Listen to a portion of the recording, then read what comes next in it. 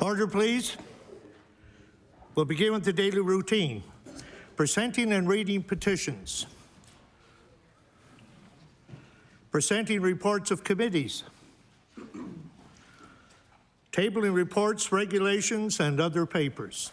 The Honourable Minister of Health and Wellness. Mr. Speaker, I beg leave to table the, sorry, can't get my mask and my earrings, sorry. I beg leave to table the annual accountability report on emergency departments. The report is tabled. Statements by ministers. Government notices of motion. The Honourable Minister of Environment and Climate Change. Thank you, Mr. Speaker. Mr. Speaker, I hereby give notice that on a future day I shall move the adoption of the following resolution. Whereas March 22nd was World Water Day, an annual United Nations observance to celebrate water and raise awareness of the importance of safe water for our health, livelihoods, environment, and to support our industries and economy. And whereas the focus of World Water Day was groundwater, a precious resource that we rarely see, but that provides drinking water for 52% of Nova Scotians. It helps to grow our food, supports our industries and ecosystems, and supplies water to our lakes and rivers. And whereas the call to action for World Water Day this year was sustainability to ensure our planet's groundwater benefits us and our environment now and into the future. Therefore, Mr. Speaker, be it resolved that members of this House and Nova Scotians join me in recognizing the importance of groundwater and commit to working together to protect our groundwater from contamination and to manage this precious resource in a sustainable way. Mr. Speaker, I ask for waiver of notice and passage without debate. There has been a request for waiver. Is it agreed? Agreed. It is agreed. Would all those in favour of the motion please say aye? Aye. Contrary-minded, nay. The motion is carried. The Honourable Minister of Fisheries and Aquaculture. Mr. Speaker, I hereby give notice that on a future day I shall move the adoption of the following resolution. Whereas due to evolving COVID-19 health protocols, the 24th Minister of Fisheries and Aquaculture Conference partnered with the Aquaculture Association of Nova Scotia's Sea Farmers Conference, originally scheduled for February 22 of this year, has been postponed until October 12th and 13th, 22. And whereas, as a prelude to the conference in the fall, several free webinars have been offered to the Nova Scotia seafood sector and its industry partners in February and March, including an international panel discussion on the importance of the blue economy and the potential it holds for our province here in Nova Scotia. Whereas the conference, entitled Navigating the Future, Quality and Reliability Through Innovation, coordinated in partnership with the Aquaculture Association of Nova Scotia and produced in association with Perennia Food and Agriculture, Inc., will be offered both as an in-person and live simulcast event and will take place at the Halifax Convention Centre. Therefore, be it resolved that all members of the Legislative Assembly thank the many dedicated people who make up the Nova Scotia seafood sector for their ongoing support and contributions to the Ministry of Fisheries and Aquaculture and Sea Farmers Conferences, which foster industry collaboration on key issues that impact our rural and coastal communities. Mr. Speaker, I ask for waiver of notice and passage without debate. There has been a request for waiver. Is it agreed? Agreed. It is agreed. Would all those in favour of the motion please say aye. Aye. Contrary-minded, nay. The motion is carried. The Honourable Minister of Agriculture. Thank you, Mr. Speaker. Mr. Speaker, I hereby give notice that on a future day I shall move the adoption of the following congratulatory resolution. Whereas for more than a decade, the Canadian Agricultural Safety Association has been raising awareness of safety on Canadian farms through the Canadian Agricultural Safety Week campaign. And whereas this year, Canadian Agricultural Safety Week took place from March 13th to 19th under the theme of Safety is Our Standard. And whereas the aim of this year's campaign was to inspire farmers, farm families, farming communities to value farm safety every day. Therefore, be it resolved that all members of this House recognize the work of Farm Safety Nova Scotia and the Canadian Agricultural Safety Association for bringing the significance of farm safety to the attention of all Canadians. Mr. Speaker, I ask for waiver of notice and passage without debate. There has been a request for waiver. Is it agreed? Agreed. It is agreed. Would all those in favour of the motion please say aye. Aye. Contrary-minded, nay. The motion is carried. Introduction of bills. The Honourable Minister of Service, Nova Scotia. Thank you very much, Mr. Speaker. I beg leave to introduce a bill entitled An Act to Amend Chapter 85 of the Revised Statutes 1989, the Condominium Act.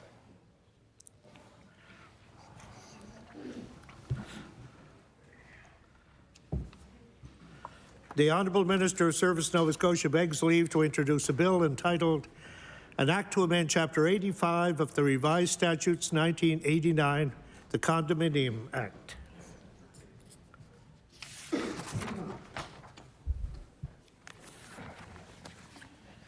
Bill number 106, an act to amend Chapter 85 of the Revised Statutes 1989, the Condominium Act. Order that the bill be read a second time on a future day. The Honourable Minister of Mental Health and Addictions. Thank you, Mr. Speaker. Mr. Speaker, I beg leave to introduce the bill entitled An Act to Repeal Chapter 17 of the Acts of 2003, the Crosby Memorial Trust Fund Act.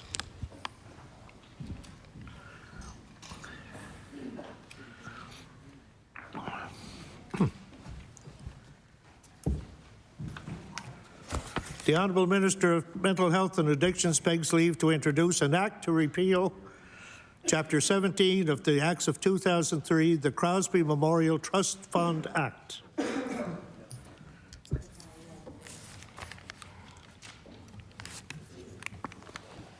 Bill number 107, an act to repeal Chapter 17 of the Acts of 2003, the Crosby Memorial Trust Fund Act. Ordered that the bill be read a second time on a future day. The Honourable Member for Halifax Needham. Mr. Speaker, I beg leave to introduce a bill entitled An Act to Amend Chapter 34 of the Acts of 2001, the Lobbyist Registration Act.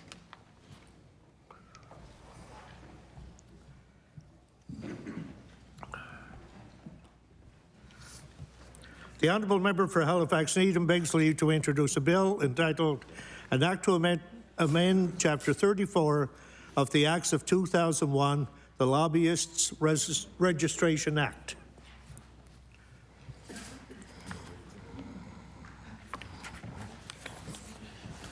Bill 108, an act to amend Chapter 34 of the Acts of 2001, the Lobbyist Registration Act. Ordered that the bill be read a second time on a future day.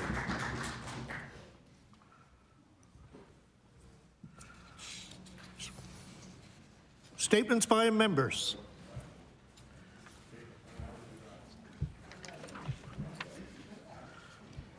The Honourable Member for Glace Bay. Mr. Speaker, it is my honour to recognise the Dominion Royal Canadian Legion Branch 78. On May 14th, Branch 78 will celebrate its 65th anniversary. Mr. Speaker, this is an active Legion and very much a community centre. They regularly host activities such as suppers, youth movie nights, bingos, dart leagues, and youth Christmas parties. These important socialising experiences are additional to the supports carried out for veterans, as well as very impactful Remembrance Day services. Branch 78 provides a safe place for veterans where peer-to-peer support is made possible, and the social activities have proven to be places for family members to connect with supportive environment. The Legion is involved in everything that is Dominion. Congratulations to Branch 78 Legion on their 65th anniversary. Thank you, Mr. Speaker. The Honourable Member for Bedford Basin. Thank you, Mr. Speaker. Today I want to recognize all the Nova Scotians who have died of COVID-19 since the last time this House met. Most of these folks died with the Omicron variant, 133 as of yesterday, more deaths than all the other waves of COVID put together. I want to extend my condolences and those of my caucus colleagues to the families of those Nova Scotians. Most of those who died were above the age of 65, but not all. The people who died loved and were loved. They were special to their families, to their friends, to their colleagues. Many of them thought they would have many more years together. A lot of people thought COVID was over last fall. Some even minimized the risk of Omicron, ignoring evidence emerging elsewhere and saying its effects were mild. But death is not mild, Mr. Speaker, and victims of COVID do not go gently into that good night. And we must be mindful of those more than 133 deaths, lest history repeat itself. The honourable member for Dartmouth South. Thank you, Mr. Speaker. Mr. Speaker, as I listened to the three party leaders in this chamber rise to mark the passing of Alexa McDonough yesterday on the occasion of her passing, it occurred to me that in the spirit of honoring her legacy, a few different voices might also be welcome. So much is known or has been shared about Alexa, but I will share with this chamber what I was fortunate enough to share with Alexa and her family and friends recently. For me, Alexa was an icon because she was fearless, she was trusted, and she was loved. There are few politicians about whom this can unreservedly be said. So, Mr. Speaker, I ask all members of this House to join me in aspiring to these same high ideals of public service.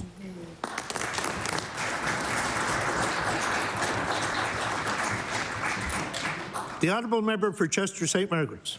Mr. Speaker, I rise to pay tribute to Barry Snare for his 50 years of dedicated service as a member of the Chester Volunteer Fire Department, where he has worked and mentored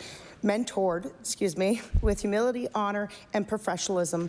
Barry has been a firefighter and officer, including deputy chief, and is the caretaker of the department's pride and joy, Pumper 2, the 1953 GMC pumper, affectionately known as the Antique.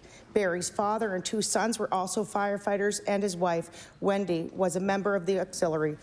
The snares remind us of what keeps rural communities thriving: engagement, participation, and commitment. Well done, Barry. Well done, Snare family, and thank you. Thank you, Mr. Speaker.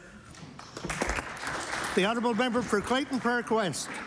Mr. Speaker, I rise today to recognize the hard work of the Epilepsy Association of Maritimes and Purple Day founder Cassidy Megan for raising awareness about epilepsy. Recently, the association held their annual Purple Day Gala, which my office was very happy to support. Epilepsy affects more people than we truly are aware of. And I am so thankful for the hard work that Cassidy and the association is doing to support people across my riding, across the province, and worldwide. Tomorrow, March 26, is Purple Day. In echoing Cassidy's words at the gala, I would encourage everyone to help break the stigma and stereotypes that people with epilepsy face every day. Mr. Speaker, I would ask the members of the House to join me in thanking the Epilepsy Association of the Maritimes and Purple Day founder Cassidy Megan for their continued work to support epilepsy awareness. Thank you. The honourable member for Cape Breton Centre, Whitney Peer. Thank you, Mr. Speaker. The words that are synonymous with Alexa McDonough: trailblazer, crusader, social justice, leader, role model, relationship builder, activist, and so much more. To put it simply, she was and always will be Alexa. Alexa once said in this chamber that she may be the only woman in the Nova Scotia legislature in the 80s, but she would not be the last. She believed a woman's place was in the legislature and set out to make it happen. I would argue that she was successful, because I never questioned if I could go into politics and be a public service. Along with being a mom, because Alexa and the women that followed showed me I could. So the question was never, could I? The question was, when would I? Alexa's dedication and commitment to diversity, inclusion, and social justice paved the way for many people. It is up to us to keep the doors open, to open new doors, and to encourage others along the way. My deepest condolences to her family, and friends. The honourable member for Digby Annapolis. Mr. Speaker, I rise today to acknowledge the Digby Area Tourism Association. Also known as DATA, it is a nonprofit organization that supports the promotion of the Digby area as a tourism destination and facilitates authentic and memorable experiences for visitors. Like many communities across Nova Scotia, Digby has been significantly impacted by the pandemic. Tourism is one of the most popular industries in the area and is vital to the majority of local businesses. Even throughout the pandemic, DATA continued to promote the area to the best of their ability despite any barriers. Mr. Speaker, I'd like to take the opportunity to recognize this group and every single one of their volunteer board members. The work that they do is fantastic and much needed for this rural part of the province. Thank you, Mr. Speaker. The honourable member for Kings South. Thank you, Mr. Speaker. Mr. Speaker, any Nova Scotian who has attended a sports competition or a conference in the Annapolis Valley over the past half-century likely knows the great hospitality provided by the Old Orchard Inn, owned and managed by Bill Wallace and Sally Swanberg. Bill's father, Don Wallace, opened the hotel in 1972 with 66 guest rooms, and it has since grown to include 100 guest rooms, 30 cottages, dining room, heated pool, hot tub, sauna, and full-service spa, all overlooking the awe-inspiring Cape Blomidon and the valley. The addition of the conference center in 2000 created new opportunities for the facility to hold weddings, conferences, and other events. And by partnering with local wineries, cideries, and distilleries, they offer a truly authentic and unique valley experience. I ask all members of the Nova Scotia House of Assembly to join me in congratulating Bill Wallace, Sally Swanberg, and the staff of the Old Orchard Inn and Spa on 50 years in business and wish them all the best for the next 50. Thank you, Mr. Speaker. The honourable member for Halifax Citadel, Sable Island. Mr. Speaker, I rise today to offer my reflections on the life and legacy of Alexa McDonough. Many will speak about how, because Alexa ran, they felt they could enter politics too. But I also want to acknowledge that Alexa's legacy lies with the many women and other folks who, while not entering politics, were buoyed by Alexa's courage in raising critical issues of inclusion and fairness. I know that my mom was thrilled to hear a public official speak of the daily experiences of sexism and exclusion that she, Alexa, and their peers faced. Alexa met with me as I was considering entering public life, and that conversation on a warm day in the public gardens will always stay with me. On the day before the election last year, I visited Alexa. She was thrilled to be part of a discussion in her home with her peers about NDP ideas. Her support helped carry me through the last day of the campaign. Mr. Speaker, I offer my condolences to Alexa's family and friends and honor her legacy for all Nova Scotians. The honourable member for Richmond. Thank you, Mr. Speaker. I would like to recognize the president of the St. George's Channel Community Hall, Doris Matthews. Doris has been the heart and soul of the Hall as president for over 22 years. She's an excellent leader and has promoted the monthly breakfasts at the Hall so well, they are recognized throughout Cape Breton. It's one of my family's favorite community breakfasts. Card plays and coffee clubs are also part of the success of the Hall, and because of Doris's dedication, they are slowly working their way back to popularity after the pandemic.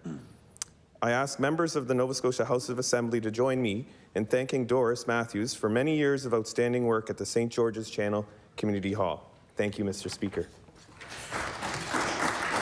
The honourable member for Halifax Atlantic. Mr. Speaker, fishing is an incredibly Nova Scotian job. It is taxing both physically and mentally. The brave men and women risk their lives daily to put food on our plates and support our communities.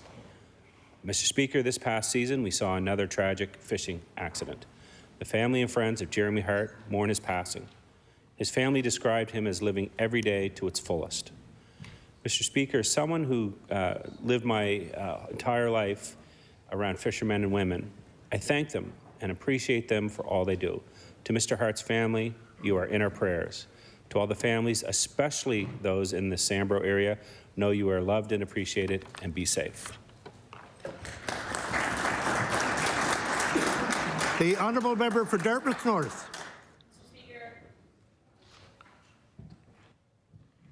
Mr. Speaker, I'd like to add some thoughts about Alexa McDonough. During the 1981 provincial election, the Gay Alliance for Equality invited provincial candidates to celebrate the first ever Pink Triangle Day. Alexa was the only one who accepted the invitation. In her book, Before the Parade, Rebecca Rose writes about LGBTQ activist Deborah Trask's memory of the night. She said everyone was so astounded that she came, that they were reaching out to touch her, to thank her, and I really felt that her presence validated our community. As politicians, as community leaders, every decision we make about how we choose to show up has ripple effects that we may never know. Alexa going to that event was important at the time for the people there, but it also demonstrated to our party that the NDP could be a party of justice and equality and equity. Alexa McDonough is a name I've known for as long as I can remember. Since the age of 7, I have known that women are in politics, that they can debate men about ideas, that they can debate women about ideas, other women, and they can go to big gay parties before it was a cool thing to do. This has been profoundly important to me, and I've always thought of Alexa and the women she has influenced as a special kind of superhero. Thank you.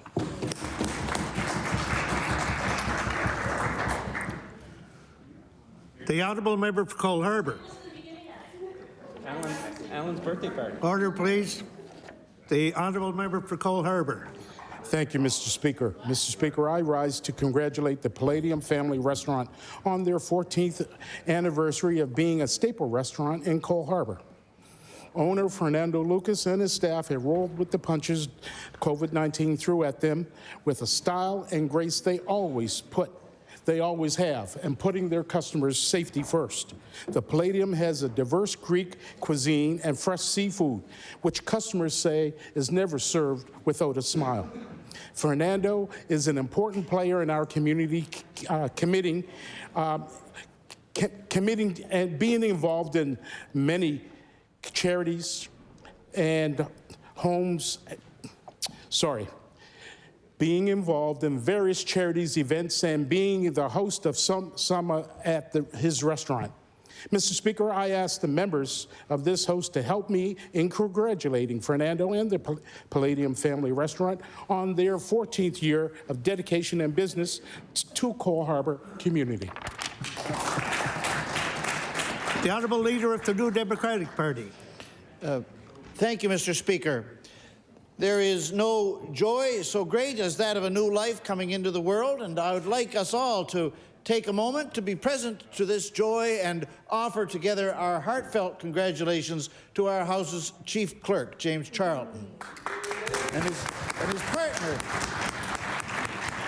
Penelope, on the birth of Ashley Isabel Charlton on February 12, 2022. May our friend and his family know every happiness as they set out on this road. Thank you, Mr. Speaker. The honourable member for Queens. Thank you, Mr. Speaker. Mr. Speaker, I rise today to recognize Dr. Celeste Johnston of Hunts Point and to congratulate her on recently being named to the Order of Canada, one of our country's highest civilian honours, which recognizes outstanding achievement, dedication to the community, and service to the nation. Dr. Johnston studied at the Royal Victoria Hospital School of Nursing in Montreal and completed her master's degree at Boston University before attending McGill University to achieve her doctorate in 1979. She then worked at the Montreal Children's Hospital, where she became the Director of Nursing Research and went on to teach at McGill from 1989 to 2011. Dr. Johnston retired to Hunts Point, Queens County, and is now a professor emeritus at McGill. She is known as a trailblazer in neonatal pain research. Mr. Speaker, please join me in applauding Dr. Johnston on receiving this prestigious and well-deserved honour. Thank you, Mr. Speaker. The honourable member for Halifax Armdale. Mr. Speaker, today I would like to recognize an independent gym operating from within the Halifax Armdale riding. Impact Fitness is a wonderful institution with the personal training staff who are truly dedicated to give clients a unique and maintainable fitness experience. Being an active is an essential part of healthy lifestyle. Impact Fitness help Halifax Armdale constituents find what works for them in this regard, both inside and outside the gym. Mr. Speaker, I want to thank Impact Fitness for their impact they are having on the community. Health with them all the best in the years to come. The honourable member for Halifax Needham. Mr. Speaker, I rise today to announce with great sadness that Jerry Blumenthal, a Halifax Needham community member, has passed on to glory February 3rd, 2022, the day after his 82nd birthday. Mr. B, a retired municipal councillor for North End Halifax, was a former school board administrator and a teacher. Mr. B played a huge role in my journey to this stage of my life, and I'm grateful for his long talks and words of encouragement to myself and my family throughout my life in the North End. He will be truly missed by many.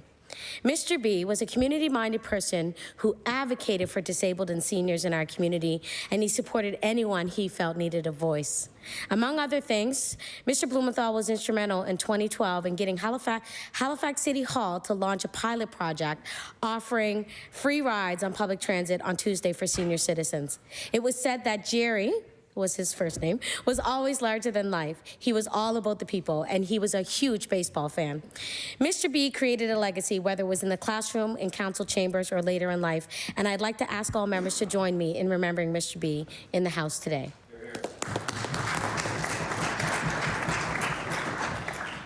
The honourable member for Lunenburg. Thank you, Mr. Speaker. Mr. Speaker, on February 19th, an unimaginable tragedy occurred in the community of Auburndale, taking the lives of a young mother and 3 children. As Nova Scotians, we all wept for the horrific loss to the Savory, Stewart, and St. Hilaire families, and closer to home in the communities of Lunenburg and Queens, we longed for ways we could support and comfort those whose grief was so immense. It was members of the New Germany Volunteer Fire Department who came up with the idea of a campaign to provide free smoke detectors to every child in their protection areas. To date, another 19 departments have joined this effort in memory of Kaylee, Harley, Hendricks, and Kinsley. Mr. Speaker, I wish to commend Chief Blair Lance, firefighter and municipal councillor Michelle Greek, and all others involved in this deeply meaningful initiative. Thank you, Mr. Speaker.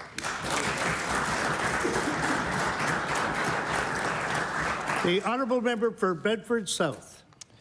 Thank you, Mr. Speaker. Mr. Speaker, I'd like to recognize a remarkable constituent of my riding who I had the pleasure of meeting just this week. Samar Muhammad Ali is a settlement councillor with iSands, but also has recently started her own small business, Samar's Wreath Boutique, where she makes beautiful homemade wreaths and flower arrangements. She told me that working with flowers is a way for me to meditate and bring some joy to my family and friends, which is a lovely thought. So Samar is a great person. She also has a remarkable personal story. She was born in Baghdad, moved to Syria, was forced to leave Syria as a refugee, arrived here in Halifax in 2014, achieved her Canadian citizenship in 2018.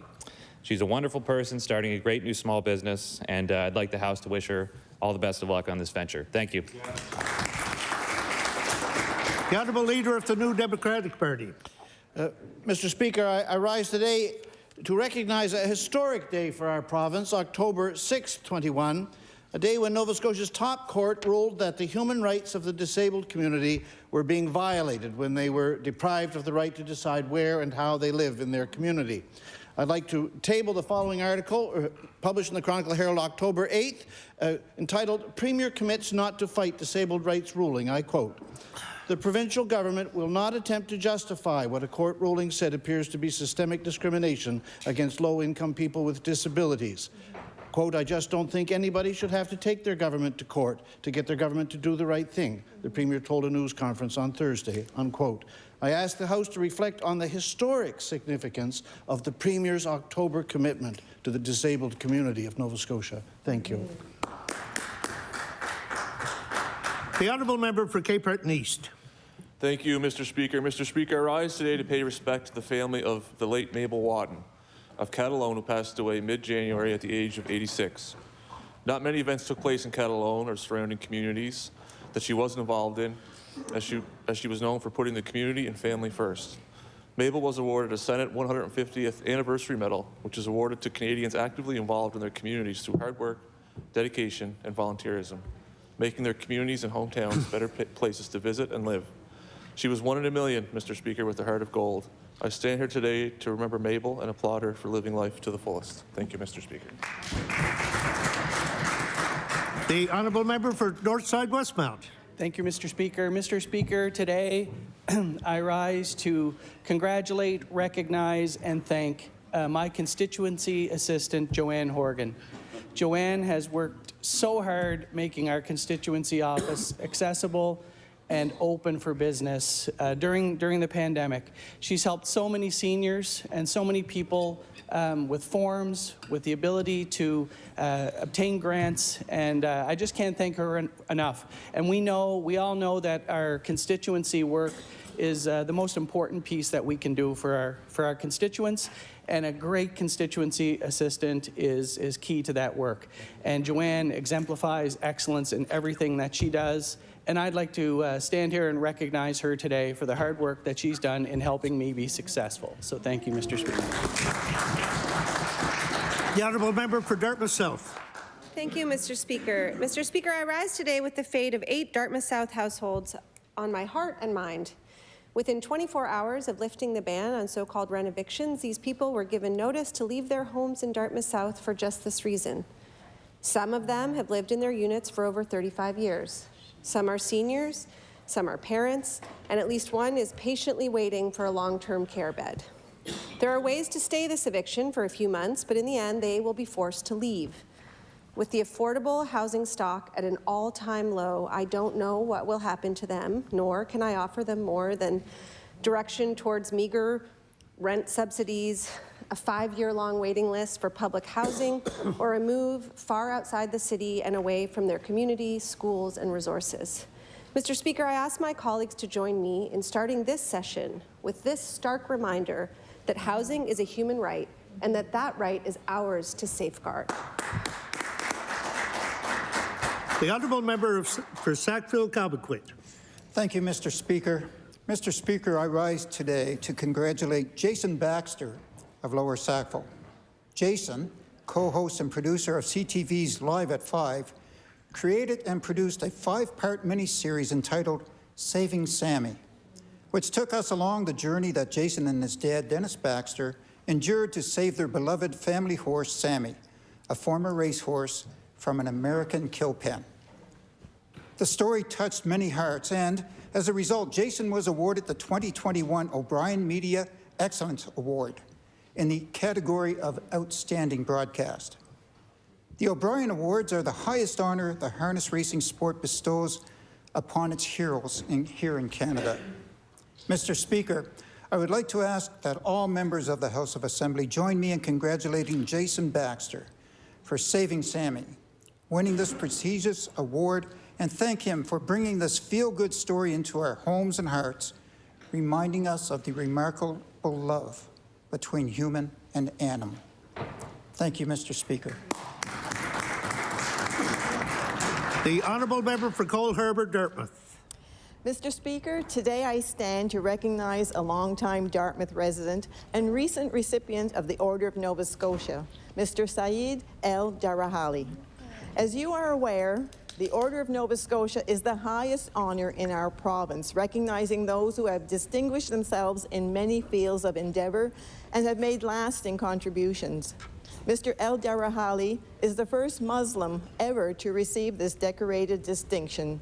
Saeed and his family moved to Nova Scotia from the Middle East at the age of 13.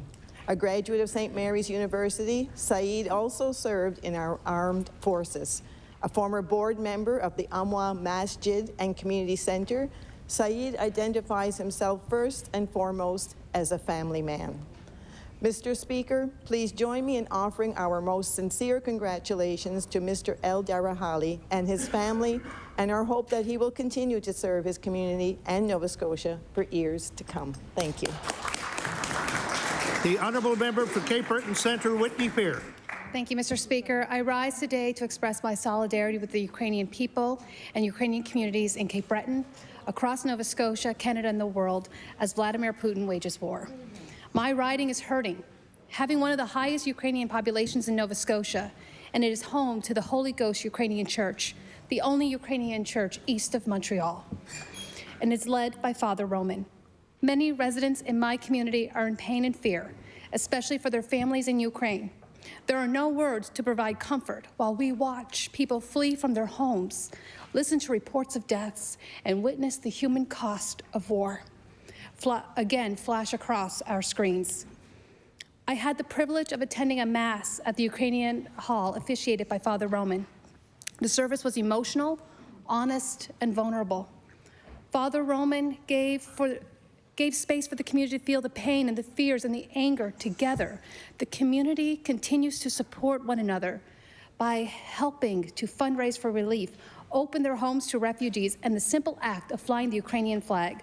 Although no words can express the emotions people are feeling, small acts such as these provide comfort. Thank you, Mr. Speaker. The honourable member for Pictou West. Thank you very much, Mr. Speaker. Mr. Speaker, in November 2021, the Salt Springs 4-H Club members were recognized by Divert Nova Scotia for the hard work they do picking up litter along a portion of Route 4 between Salt Springs and Mount Tom. At one time, the Salt Springs chapter of the Women's Institute did the work, but due to declining membership, had to pass the baton on to another group. Divert Nova Scotia recognized the 4-H members for stepping up to the task and praised them for their dedication and environmental stewardship. Mr. Speaker, I asked all members to join me in thanking the Salt Springs 4-H Club for their hard work, dedication, and stewardship to not only this area, but to the entire community. Thank you, Mr. Speaker. The honourable member for Hammonds Plains, Lucasville. Thanks so much, Mr. Speaker. And today, I'd like to recognize Talia Vidaikin and the Dalhousie women's volleyball team on their recent success at the AUS Championships. In particular, Talia is a hometown favorite in Hammonds Plains, Lucasville. She's a student majoring in therapeutic recreation.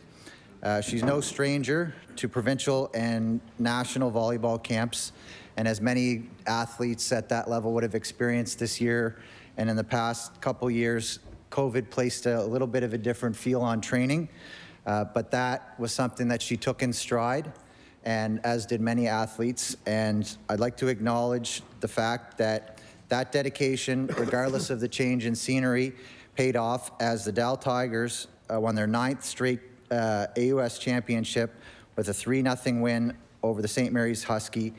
The team is now off to the Nationals in Calgary this weekend. So, Mr. Speaker, I'd ask everybody to join me in congratulating the Dal women's team and wish them luck this weekend. The honourable member for Halifax Needham. Mr. Speaker, I rise today to acknowledge Gerald Cyril Blumenthal, who leaves behind his wife Nancy, daughters Cheryl and Andrea, son Darren, stepdaughter Jennifer, brother Bob, and 10 grandchildren and 3 great-grandchildren. Mr. B earned his education and science degrees from Dalhousie University. He retired as an educator in 1994 after 32 years in the field. Later that year, he was elected alderman for the city's north end in the former city of Halifax. When HRM was formed in 1996, Blumenthal was a member of regional council until retiring in 2004. During Blumenthal's time on Halifax Council, he served as deputy mayor for 1-year term that the post allows and was president of the Union of Nova Scotia Municipalities, now the Nova Scotia Federation of Municipalities. He was also one of Halifax City Hall's relatively few Jewish municipal politicians over the years. Mrs. Blumenthal, Mr. B will be greatly missed, and I will always make sure that I will live by his example and continue to listen to the voices of our community. Mr. Speaker, I'd like to send my condolences to Mrs. Blumenthal and their lovely family. The honourable member for Pictou Centre. Thank you, Mr. Speaker. Mr. Speaker, residents of the African Nova Scotian community hold in high regard the Afrocentric Heritage Park situated on the Vale Road in the south end of New Glasgow. The park opened in 2000 and bears the inscription, "To Our Children." It was created to commemorate the past, focus on the present, and provide a foundation for the cultural future of the African Nova Scotia community. The 10-meter tall glass peak pyramid is composed of stones gathered from Africa, Europe, the United States, and Canada, representing the origins of the northeastern Nova Scotian Black community. Each side of the building represents a portion of the history and migration story of the Black community in Nova Scotia. The park remains a place of peace and quiet, a place of tranquility where a person can rest and contemplate. Thank you, Mr. Speaker. The honourable member for Preston. Mr. Speaker, I rise in the House today to honor and pay tribute to Lamarion Kane from North Preston, who was 8 years old when his life was taken way too soon on December 21st, 2021. Lamarion was better known to all of those who loved him and his community as Marmar, and has touched many hearts. Marmar had a courageous mind and always asked a question, said his teachers. He was a ray of sunshine and an infectious smile with a distinctive voice. He asked the question, "What does peace mean to you?" He responded, "Peace and love go together." Although he was taken from us way too soon, he left a mark that will be forever remembered by his family, friends, community, and the people around this province. To support the family and community, on December 23rd, 2021, a prayer vigil to celebrate his life was held with faith leaders, community leaders, and prayers for the family and by the family for peace and justice. Lamarion led with peace and love for his 8 years he lived on this earth, and if there's one thing that we can learn from him and do the same for the remainder of ours, is to be guided and by peace and love.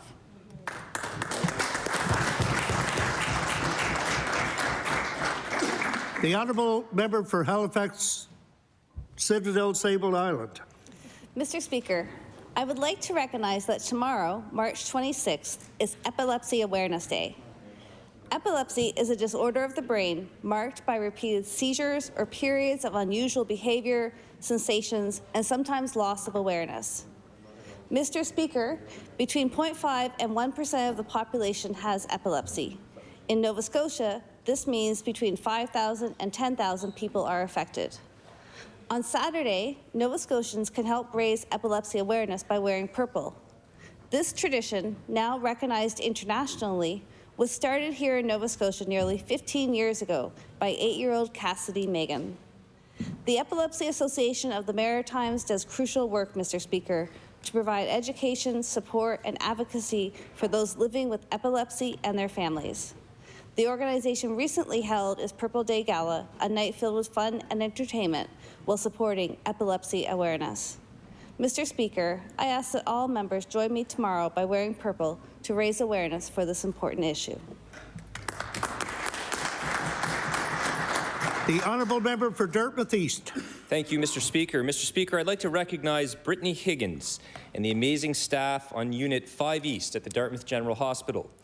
In September of last year, Brittany contacted the Dartmouth East office because she was looking to start a fundraiser amongst her nursing colleagues to help support a local family during the holiday season.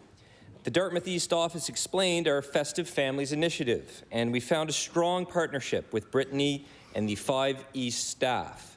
Throughout the fall, we coordinated gift ideas for the Festive Family recipients. Nothing could have prepared us, though, Mr. Speaker, for the donations from Brittany and her colleagues. By December, the Dartmouth East office was overwhelmed to receive a box full of toys for children, as well as a financial contribution that was used to provide families with gift cards to local businesses. Mr. Speaker, I'd like to sincerely thank Brittany Higgins and the staff on Unit 5 East at the Dartmouth General Hospital for their contribution in making Dartmouth East's Festive Families program as successful as it was. Thank you, Mr. Speaker. The honourable member for Clare. Mr. Speaker, with the start of the invasion of Ukraine, there are people like Lex Brukowski who made the difficult decision to return home to help. Lex, an immigrant who settled in Clare, brought with him to Ukraine the $20,000 he raised in his community to help refugees and the people of Ukraine. Lex has arrived safely in Lviv, the city where his mother now helps to feed the soldiers and civilians protecting the city. There he is helping at a distribution center as he joined a convoy bringing supplies to the east and bringing out people to the relative safety of the west.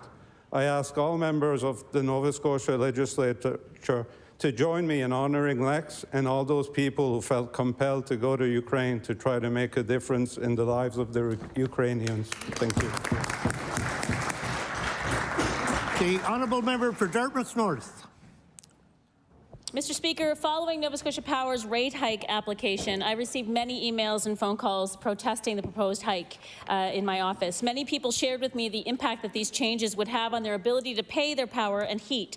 Even without the increase, many folks in Dartmouth North are struggling to pay their power bills.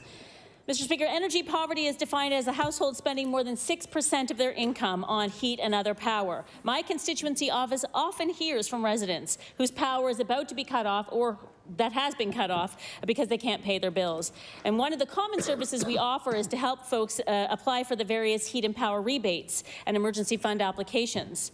But these programs are meant to be emergency programs when you have an outstanding bill or there's some reason why you're about to be disconnected. But for people living on chronically low incomes, that emergency can happen year after year. The situation also forces families to choose between paying for their energy and paying for food, rent, or medications. So as we move through this session, I urge the government to make changes necessary that will ensure all Nova Scotians be able to afford their energy bills and to be able to live in comfort throughout the cold winters and the hot summers. Thank you. The honourable member for Colchester, Musquedominant Valley. Thank you, Mr. Speaker. Mr. Speaker, recently the Hilton Fire Brigade presented their members with their recognition awards. The banquet, unfortunately, could not be held in person again this year, but members were still honored with their awards. Officer of the Year went to Alan Johnson, while Firefighter of the Year was awarded to Brett Henley. The Frank Arsenault Dedication Award was presented to Chantel Hamilton. Many service awards were presented as well, including Marvin Richardson for 25 years, Ralph Reed for 30 years, Michael Arsenault for 35 years, Lee Emanuel for 40 years, and Frank Arsenault for another incredible 45 years. Mr. Speaker, I would like to thank all of the members for their service and offer my congratulations to the award winners. Thank you, Mr. Speaker. The honourable member for Yarmouth. Thank you very much, Mr. Speaker. Canadians and Nova Scotians remember the sacrifice of those who served and those who gave their life in the service of Canada in military conflicts. I would like to acknowledge the ongoing work of the Wartime Heritage Association based in Yarmouth, who make remembrance a year-round endeavor. Their research documents through personalized remembrance pages, stories, and photos, World War I casualties and those who served with ties to Yarmouth County, the World War I casualties of Digby and Shelburne counties, World War II and Korean War casualties from all of Nova Scotia, the telegraphist air gunners of the Fleet Air Arm, Royal Navy, the trained in Yarmouth and England during World War II, and Canadian RCAF World War II casualties aged 16 to 18. Thanks to sources available today, their curated list of Nova Scotian World War II casualties now includes over 50 armed forces members who died while serving, who are not yet included in Canada's Book of Remembrance in Ottawa. The association maintains an extensive website of their research at www.wartimeheritage.com, viewed monthly by thousands of people from around the world. I ask this House to join me in acknowledging the work of George Egan, Glenn Gaudet, and Gary Gaudet of the Wartime Heritage Association, and thanking them for their many years of commitment to remembering our wartime history and that of individual men and women who have served in our armed forces. The honourable member for Kings North. Mr. Speaker, I rise today to bring recognition to the Chrysalis House Board of Directors, the Project Renew Committee, and the frontline staff who collaboratively provide services to the families in the town of Kentville and surrounding communities. Chrysalis House provides crisis shelter, counseling, advocacy, transitional support for abused women and their children who have experienced or are at risk of experienced violence and abuse. The Chrysalis House Board of Directors, the Project Renew Committee, and the frontline staff empower women to make their own choice to live violence-free. They bring valuable skills, knowledge, and hands-on support by giving their own services to the benefit of the community. Please join me today to recognize their hard work and dedication. Thank you, Mr. Speaker. The honourable member for Annapolis. Mr. Speaker, as MLAs, we wouldn't be able to be here today and continue to serve thousands of constituents without the support and hard work of our constituency assistants. I'm very fortunate to work alongside one of the most talented CAs in the province, Evan Farron. Evan has excelled in this role for years, serving and supporting Keith Irving, Scott Bryson, Stephen McNeil, prior to working with me these last 7 months. His position is mentally and emotionally challenging and demands long hours. Our assistants are under constant pressure to navigate difficult issues and situations, and provide solutions and information to those who reach out for assistance. Evan welcomes this challenge. He thrives in this environment, and he continues to serve Annapolis with the highest level of integrity and professionalism. I invite all members of the House of Assembly to join me in congratulating Evan Farron for his excellent work as constituency assistant for Annapolis. Thank you. Thank you. Just one note. Just one note of correction. One of the names you mentioned is a member of the House. You should have referred to him as the member for King South, not his proper name. Just a lesson, that's all. The honourable member for Hants East. Mr. Speaker, for those who follow hockey like me, Riley Kidney's name has become familiar in many homes in Nova Scotia. Drafted 63rd in the 2021 and by the Montreal Canadiens, Kidney has been playing his season with the Acadie Bathurst Titans of the Quebec Major Junior Hockey League. He had a solid 2021 season with 38 points in 33 games. He's had a stellar playoff with 17 points in only 9 games, bringing him to the attention of the scouts. The 2021 season is underway, and Riley is making a mark in the season with 72 points in 48 games. His hockey IQ and skill were on display at one of the particular this season when he scored the overtime winning goal assisted and the other in a 2-1 win over Cape Breton. Mr. Speaker, I'd like the members of the House to join me in wishing Riley a successful 2021 season and look forward to him someday soon playing in the NHL. Thank you, Mr. Speaker.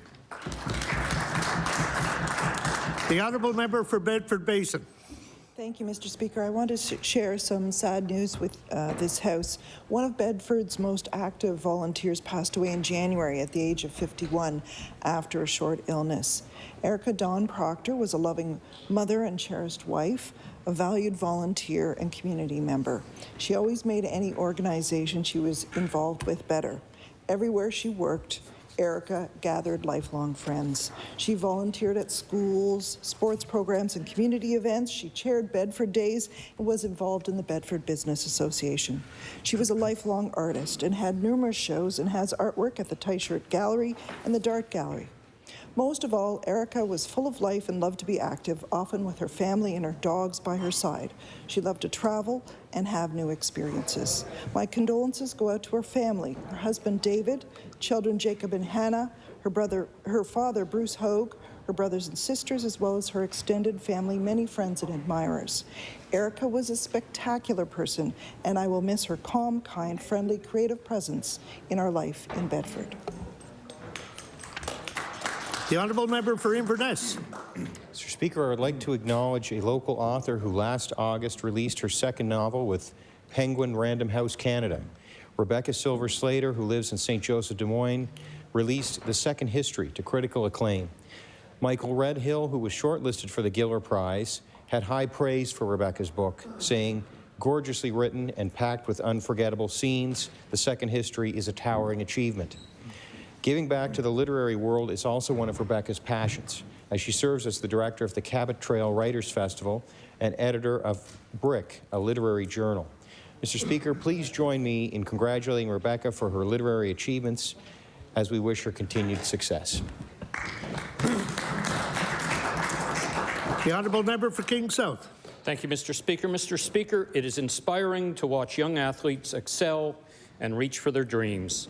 At just 14 years old, Avi Adam was the youngest player on the Nova Scotia 2019 Canada Winter Games female hockey team. Avi hails from Wolfville and is currently playing forward for Etobicoke in the Ontario Women's Hockey Association U22 Elite League. As one of Canada's elite female hockey players, Avi was recently recognized by Hockey Canada as a member of the Canadian National Women's Under-18 team.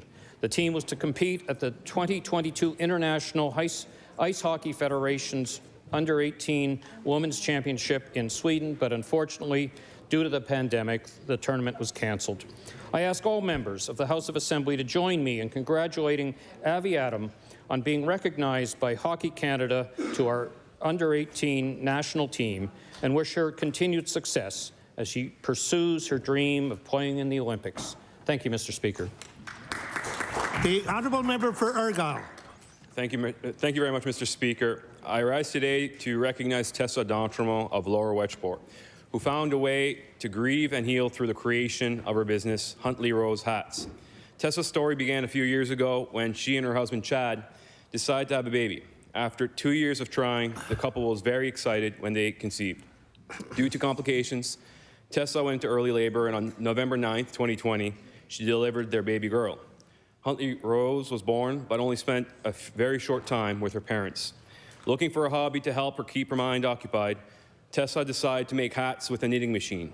Initially hoping to make enough for her family and friends, she received over 100 orders in the very first week. That was the start of her Huntley Rose hat business. Since officially launching her Facebook page in January 2021, she has sold over 600 hats and headbands. Mr. Speaker, I ask all members of this legislature to join me in thanking Tessa and Chad for sharing their story and showing how love and grief can be put together into an inspirational project. Thank you very much, Mr. Speaker. The honourable member for Timberley Prospect. Thank you, Mr. Speaker. I beg leave to make an introduction, please. Please do. In the gallery opposite, we have with us John Cascadden, former Vice Chair of the Community Monitoring Committee. We have Councillor Iona Stoddard for the Beachville, Timberley, Clayton Park area. Former Councillor Reg Rankin, related, for Beachville, Lakeside, Timberley, and Prospect and Hammonds Plains at one time. We also have members of the Beachville community with us as well. We have Alfred Jarvis and Patsy Crawford. We have the Vice President of the Brunello Development, Andrew Giles, and the Chair of the Community Monitoring Committee, Scott Guthrie. If you could all rise and receive the warm welcome of the host.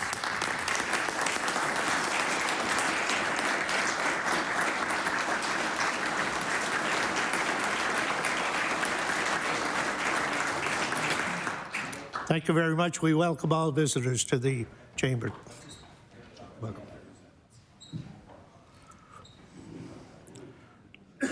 Before we get into a question period, I just want to stress that today there was numerous member statements that exceeded the time. So I'm going to once again ask, I let it go this time because this is the first day, but from now on, please try to keep your member statements to 45 seconds. 1 minute.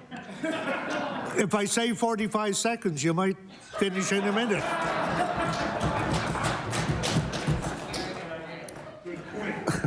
Order, please. Then we'll now move on to oral questions put by members to ministers. The time is 10 o'clock. We will stop at 11 a.m. 10:50, sorry. Boy. Thank goodness it's Friday. The Honourable Leader of the Official Opposition. Thank you, Mr. Speaker. In April of 2013, the PC Party, then in opposition, tabled a resolution in this House confirming all party support to ensure the front-end processor and waste stabilization would remain at Otter Lake Landfill in my riding at Timberley Prospect. There were members in the House that were there, the now Deputy Premier, and yourself, Mr. Speaker. That resolution passed unanimously and was so important to the party at the time they had a press release go out, and this party has now broken that promise and effectively made resolutions in this House useless. At the time, Minister Bellevaux, Premier Dexter, and Bill Estabrook stood by the community. Successive ministers and premiers all supported the community until this week. HRM and the facilities operator have gotten their way. Why? With a change of government and a cold political calculation. I asked the Premier, why do the voices of the people in Beachville, Lakeside, Timberley, Prospect, Hubli, Upper Tantallon no longer matter? The Honourable Premier. Thank you, Mr. Speaker. I thank the member for the important question, and I would just say that all voices always matter to this government, that's for sure. But I'd ask the Minister of Environment, Climate Change to give a more fulsome answer specifically about the resolution. The Honourable Minister of Environment and Climate Change. Thank you, Mr. Speaker, and I want to thank the honourable member for their question. As the regulator, it is my job to ensure process is played out.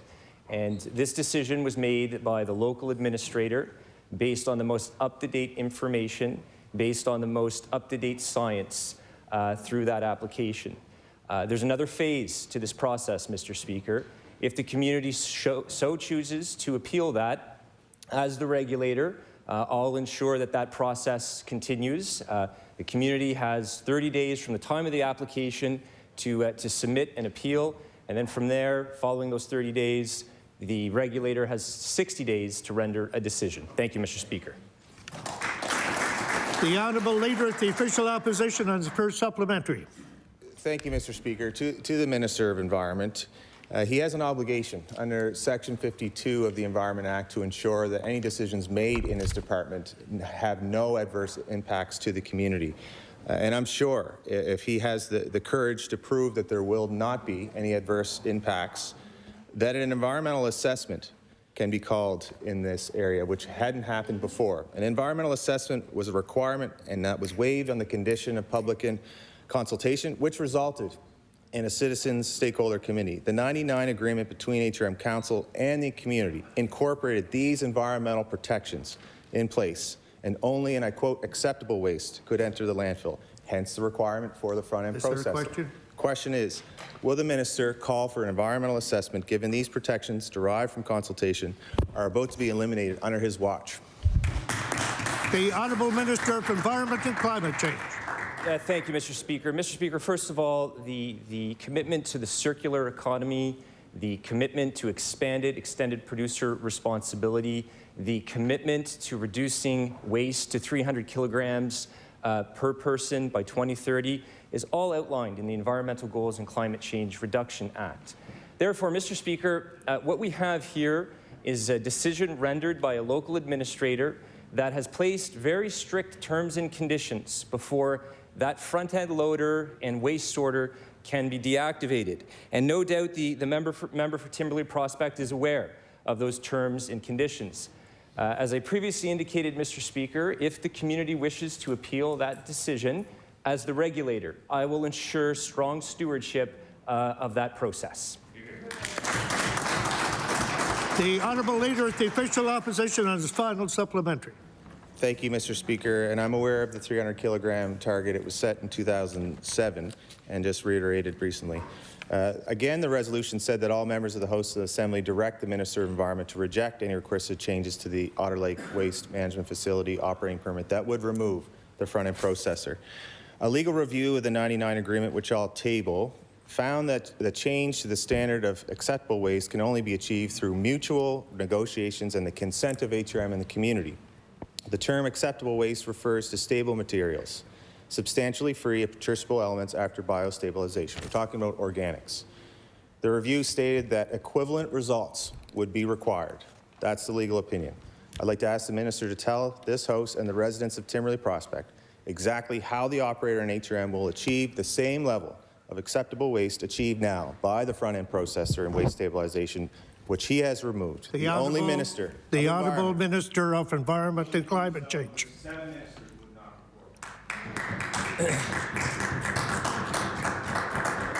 Mr. Speaker, as the member for Timberley Prospect is aware, as a former environment minister, as a former premier of this province, that decisions must always be based on the best updated information that we have, on the most updated science. That's what's transpired here, a decision by the local administrator to make a decision based on science. That is why, Mr. Speaker, along with that decision of the local administrator, very strict terms and conditions have been put into place that HRM has to comply to prior to any deactivation of that front-end loader. And, Mr. Speaker, I'll reiterate that as the regulator, the process still is unfolding. If the community wishes to have an appeal, I will ensure strong stewardship of an appeal as any regulator would. Thank you, Mr. Speaker. The Honourable Leader of the New Democratic Party. Mr. Speaker, the people of Nova Scotia are facing combined housing and cost of living crisis, and they have every right to expect that their government is not going to make things worse. But this is exactly what the government did this past Monday when they lifted the ban on renovictions. The very minute that the renovictions ban was lifted. Our constituency offices began to hear from a flood of tenants who were facing immediate processes towards renoviction. So does the Premier not see that in a time of intensifying cost of living and housing pressures on the people of the province, lifting the ban on renovictions is exactly the wrong thing for the government to do? The Honourable Premier. Thank you, Mr. Speaker. I thank the member for the question. Obviously, we understand and feel and sympathize with the pressures that are on Nova Scotians and the cost of living, on Canadians with the cost of living. I mean, this is not a Nova Scotia issue. This is a Canadian thing. It's a North American thing. It's a worldwide thing. Specifically to the housing file. There's a lot of good work happening on the housing file. I'm so happy with the work that Minister Lohr and the Commission are doing on housing. We are moving forward on a number of housing initiatives that have been ignored by previous governments. We're picking the ball up. We're going to run with it. In terms of renovictions, there's we're troubled when we hear about those situations too. There's a specific process in place. If the member wants some more information on that process to use to protect his constituents, we'll be happy to inform him of the actual process. I'd like to just remind the Premier, refer to the individual as the minister. There was another proper name mentioned there. The Honourable Leader of the New Democratic Party on his first supplementary. Mr. Speaker, the moment of intensifying cost of living pressures in Nova Scotia is not the moment to conclude programs that are providing support to people on this front. So the government did a very good thing in January from this point of view when they implemented paid sick days. But that program, too, is about to be lifted. In fact, next week. With the cost of living going up at a rate that we haven't seen in 30 years, there are many, many people in our province who simply can't afford to miss out on a day's pay because they stayed home because they weren't feeling well. Does the Premier not see that at this moment of escalating, intensifying cost of living pressures, ending paid sick days is actually going to make things worse?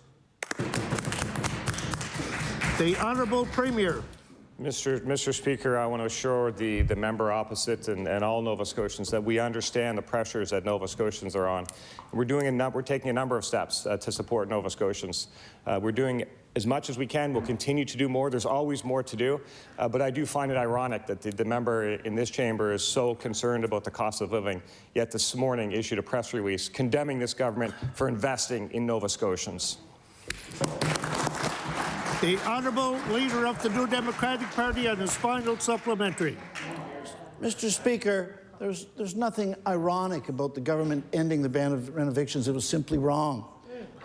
There's nothing ironic about the government proposing now to end the ban, to end paid sick leave next week. That's simply wrong. And because of this, many people are now afraid that another essential program, which has been providing great cost of living support through this present intensifying period, that's rent control, that this is also slated to be allowed to end and allowed to be lapsed. So I want to ask the Premier if he will assure us that he's not going to deepen the cost of living and housing crisis by allowing rent control too to lapse.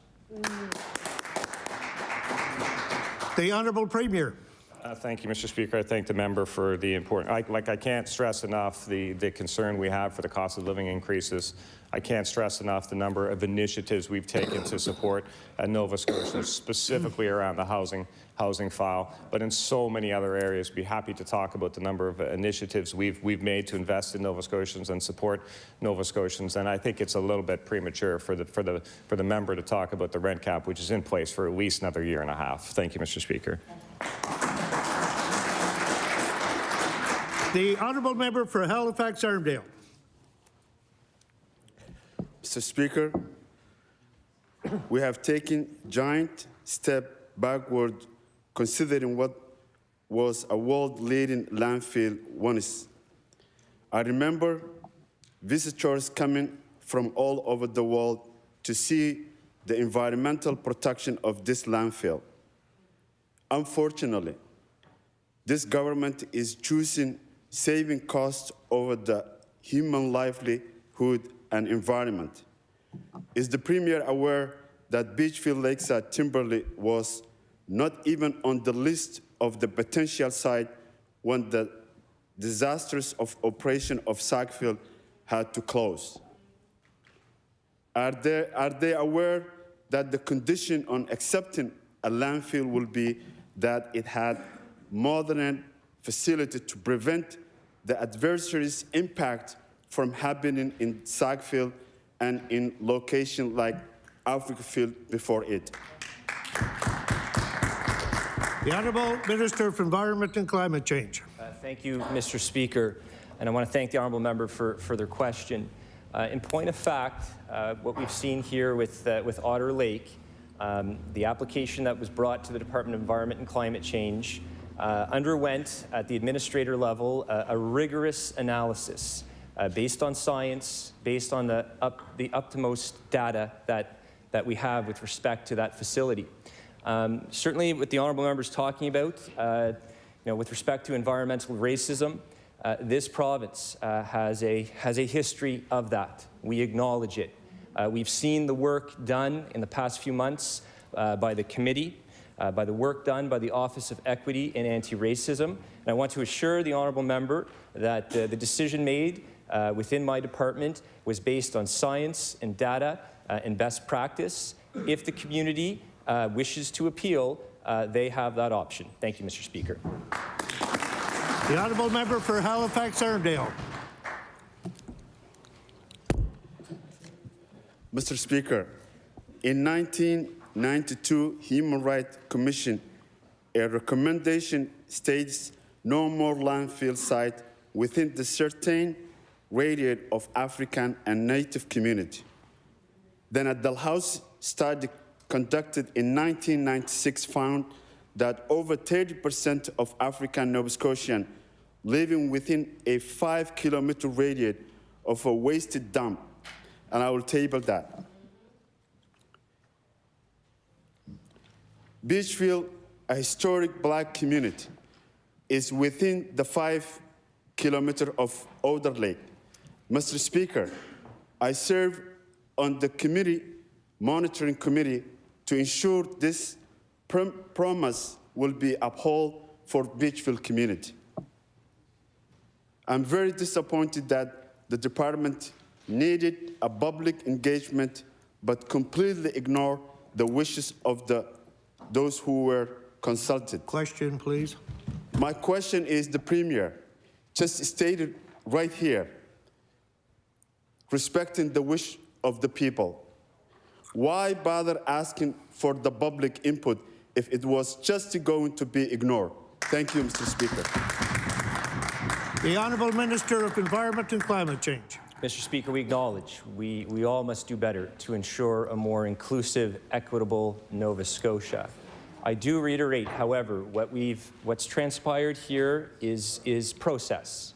And that process allowed for a decision to be made on the most up-to-date science. Conditions have changed since 1999. That being said, the next phase of the process is an appeal if the community so chooses to take that. Along with that, Mr. Speaker, I also want to make the Honourable Member aware, and no doubt he is aware, that by the end of this year, this government, through EGCRA, the Environmental Goals and Climate Change Reduction Act, we are committed to establishing a panel on environmental racism to get moving, to get working in 2023 with the Office of Equity and Anti-Racism. Thank you, Mr. Speaker. The Honourable Member for Cole Harbour. Thank you, Mr. Speaker. Dr. Ingrid Walden studied environmental racism in Nova Scotia and found that 30 out of 65 waste sites were located near communities where African Nova Scotian and Mi'kmaq communities were higher in number than the provincial average. Beachville is one of those identified communities within 5 kilometers of Otter Lake landfill. The original contract of 25 years of Otter Lake landfill is coming to a close and in 2024. And the community of Beachville has had to accept an undetermined extended lifespan. all the commercial waste is not sorted and is sent to other landfills. My question to the Minister of Environment, Mr. Speaker, is, can he state that because he approved the elimination of the FEP and the WSF, that commercial waste will never come back to Otter Lake? The Honourable Minister of Environment and Climate Change. Thank you, Mr. Speaker, and I want to thank the Honourable Member for their question. With respect to what's transpired, this was a decision within the department at the local level, the local administrator level. That decision was based on the most up-to-date information and science. The decision rendered by the local administrators places very strict terms and conditions even before the front-end processor and the sorter is deactivated. HRM has to present very strict terms and conditions that they show clearly how they're going to be meeting the targets that have been established. And even then, Mr. Speaker, the technology needs to stay on site. However, that being said, Mr. Speaker, community has the opportunity through the appeals process if they so choose. Thank you, Mr. Speaker. The Honourable Member for Cole Harbour. Well, I guess, Mr. Speaker, after some contaminants are hitting the community, then they can complain. Is that it? Okay. Councillor Stoddart has said in her letter to the Minister of Environment, Beachville, in particular, is especially sensitive about deviations from present operational practices at the landfill. Historically, Beachville is a black community, and we all know that landfills have been allowed to, in the past, to be put near black and indigenous communities. They are forced to accommodate them, those landfills, with all the ill effects that come with them. The old Halifax City dump was one near Question, Aquaville. please. Okay, my question is to, well, first of all, Mr. Speaker, Beachville residents have rallied. Question, please. I'm sorry. Since 1999 on legal, table letter. Is there a question? The question is, will the Minister of Environment ensure this promise is kept? The Honourable Minister of Environment and Climate Change. Thank you, Mr. Speaker. Mr. Speaker, this is such an important conversation we're having. That is not lost on me, and I want to thank my honourable colleagues for raising this. That is why this government is committed through the Environmental Goals and Climate Change Reduction Act. I want to thank the honourable member for Halifax Needham for bringing forward that amendment in the fall to get working on that panel, to discuss, to analyze, to come up with solutions to environmental racism. In this particular case, Mr. Speaker, there is still a process to be played out. And that is my role as the regulator within a regulatory department to ensure fairness in a process. And to answer the honourable member's question, I will continue to be a strong steward of that process within my department. Thank you, Mr. Speaker. Before we go any further, I just want to make a remark that so far there's only been one question that has stayed within the time limit. And I will be cutting people off if it goes too long. I'll allow a few seconds for a completion. I'll call for a question. And it's not only the questions, it's the responses too. So please be conscious of the 45-second time limit. With that, I recognize the Honourable Leader of the Official Opposition. Thank you, Mr. Speaker. The Premier seemed quite optimistic about his meetings yesterday on the Atlantic Loop with Nova Scotia Power and Emera, and he referenced a meeting that we had that I was present for on October 8th with the MPs to discuss the Atlantic Loop. It was said at that meeting that federal funding would be needed by the end of the fall, yet half a year later, Nova Scotians are still seeing no progress on securing the $2 billion required to complete this project. Why should Nova Scotians share his optimism that the Premier will be able to secure $2 billion for the Atlantic Loop? The Honourable Premier. Thank you, Mr. Speaker, and I think Nova Scotians should share in the optimism that we'll meet the goals that have been set out. Actually, looking at where we're at right now in terms of our renewables, we're almost at 30%. When Muskrat Falls, cross our fingers, Muskrat Falls gets going, that'll give us another 30, it'll be almost 60%. If you look at some of the wind tenders that are out there now and some of the other initiatives that the department is taking, we can get to 80% by 2030. If that's with the loop, with federal government support, that's fantastic, Mr. Speaker, but we're starting to look at Plan Bs. I have a great relationship with the federal government. I'm honored for the discussions we have, but we can't continue just to wait for their support on that. I think they'll be there. But we're also looking at Plan B and Plan C for this province because we want to meet those goals, and we'll make sure we do. The Honourable Leader of the Official Opposition. Thank you, Mr. Speaker, and I'm well aware of the renewable energy trajectory, and I know that the Muskrat Falls will get us to 60%, but this is about the Atlantic Loop because we need that base load to get off of coal, and he was very optimistic going to Ottawa to secure that funding. The CBC article titled Feds Tap Brakes on Atlantic Loop Expectations, which I'll table, said that the federal government, this is Minister LeBlanc, said that the federal government is not on the verge of sending a check to utilities in Nova Scotia or New Brunswick. So my question for the Premier is, why should Nova Scotians believe that the Premier is going to be able to get this funding required to ensure that we can get off coal by 2030? The Honourable Premier. Look, obviously the federal government will make their decisions. We'll continue to work with them on behalf of Nova Scotians on this important file and many, many others. The federal government is an important partner for Nova Scotia, and they will continue to be so, and we'll work with them on a number of issues. But I think Nova Scotians should share the optimism in the potential that is available for this province in things like green hydrogen. We can do a lot in this province towards energy security, food security.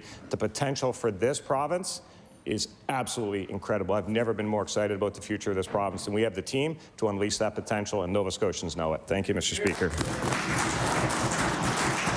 The Honourable Member for Dartmouth South. Thank you, Mr. Speaker. Mr. Speaker, in this House, in 2015, Premier Houston said the concept of holding Nova Scotia Power to performance standards is a good concept. It's certainly one that I support, and I'll table that.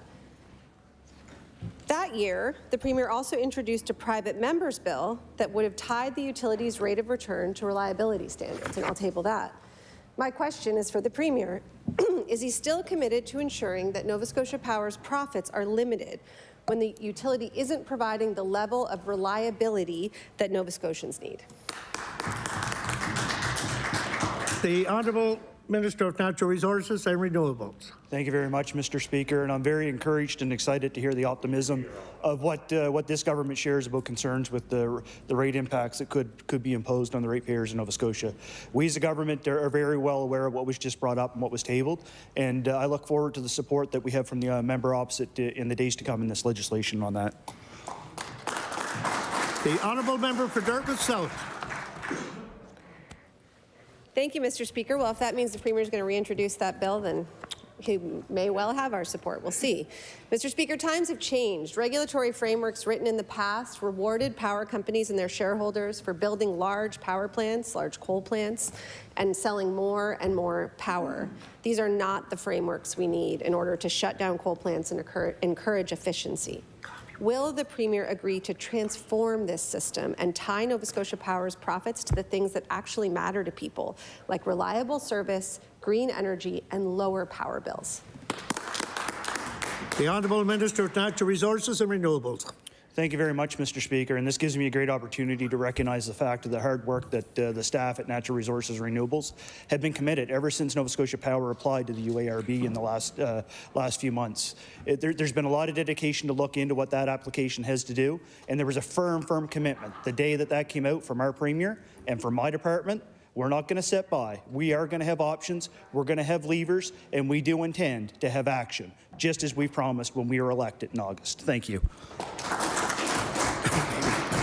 The Honourable Member for Kings South. Thank you, Mr. Speaker. Mr. Speaker, we are in a climate crisis, and urgent action is required. Now, we know that in order to achieve the government's legislated climate target to be off coal by 2030, that it is imperative that work begin now to get off coal. What is the Premier's plan if he fails to secure the $2 billion from the federal government? The Honourable Minister of Natural Resources and Renewables. Thank you very much, Mr. Speaker, and thank the member opposite for the question. It gives a chance for us to highlight the fact that because of successive governments, but there's already a huge number of renewable energy put onto our system, and we have ample opportunity in this province. We're not just looking at Plan A. We're looking at Plan B, and staff are even looking at Plan C, Mr. Speaker. We need many, many options if we're going to be able to be the province that comes off coal, that's been so reliable for the reliability to the grid. We have green hydrogen options. We have more wind RFPs. We have battery options. Mr. Speaker, the world's at our hands, and we're ready to serve it. Thank you, Mr. Speaker. The Honourable Member for King South. Thank you very much, Mr. Speaker.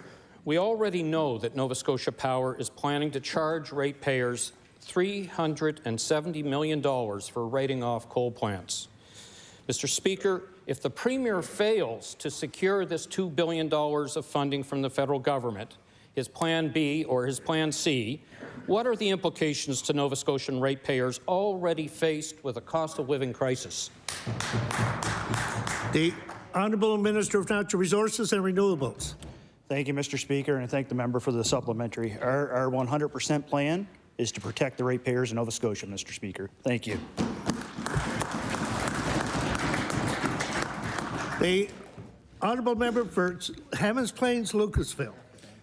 Mr. Speaker, for the first time in some time, Nova Scotia reversed the situation where young Nova Scotians were leaving this province. Part of this scenario had to do with looking at Nova Scotia and what possibilities were here for young families, young professionals, and the affordability that Nova Scotia provided. At a Natural Resources and Economic Development Committee meeting on February 22nd, the CEO and President of Nova Scotia Power stated the Atlantic Loop is the most affordable solution for Nova Scotians, and I will table that. Mr. Speaker, in the event that the Atlantic Loop does not happen, how will the Premier make the commitment to continue affordability here in Nova Scotia for young people and young professionals? The Honourable Member of Natural Resources and Renewables. Thank you very much, Mr. Speaker. I thank the member opposite for the question. Quite frankly, I can't speculate on the statements that the Nova Scotia Power has made and go further. But I've alliterated today, the Premier's alliterated.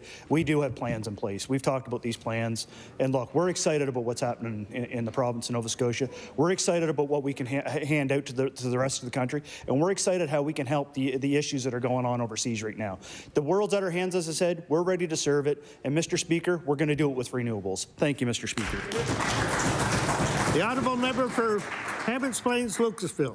Mr. Speaker, young professionals and young families are looking to Nova Scotia with awe as a place where they can set up and establish themselves and build their livelihoods here. And that is quickly slipping away, Mr. Speaker. Mr. Speaker, if we don't do something to act, the cost of housing is going to push people away from Nova Scotia. Mr. Speaker, the minister is referencing not speculating, but I'm wondering if he can add some context to the alternatives that they are considering as options to support Nova Scotians if the Atlantic Loop doesn't come through. The Honourable Minister of Natural Resources and Renewables. Mr. Speaker, thank you, and thank you, member, for the opposite for the question. I've alliterated what some of those options are already here today.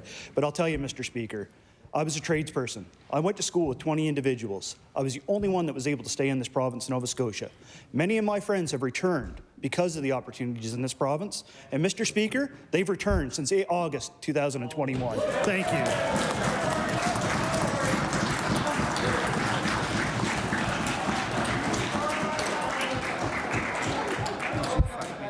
Pardon me? Did you find me down? No, sorry. The Honourable Member for Clare. Mr. Speaker, the CEO and President of Nova Scotia Power has said, to keep this an affordable transition for Nova Scotians, we need help. We need funding support from the federal government. And I'll table that. Nova Scotia Power's CEO has all but said that power rates will become increasingly unaffordable if this government fails to secure this help. So, Mr. Speaker, my question for the Premier is, do you agree with CEO Peter Gregg's statement? The Minister of Natural Resources and Renewables. Thank you, Mr. Speaker, and I thank the member opposite. Look, I can safely probably say that there is an agreement there in that statement that our government has with that CAO. It has to be affordable for Nova Scotians. It doesn't necessarily have to be affordable or in the lines of agreeable with what's Nova Scotia Power. We've been very clear ever since that rate was applied for the UARB. We are interested in protecting the ratepayers in Nova Scotia. We're interested in how we are going to get green energy onto the grid. We are interested in how we are going to maintain a reliable grid here in Nova Scotia. There's going to be many factors that take place, and I am so encouraged by the excitement of the members opposite the last couple days with the interest in the ratepayers of Nova Scotia.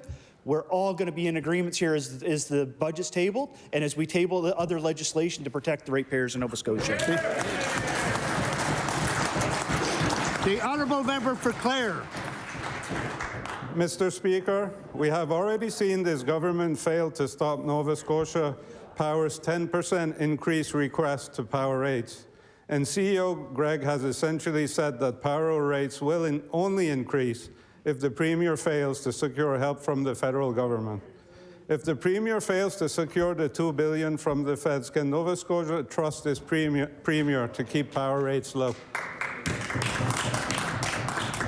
The Honourable Minister of Natural Resources and Renewables. Thank you very much, Mr. Speaker. I thank the member opposite. Mr. Speaker, there's a rate application going through the UARB process right now.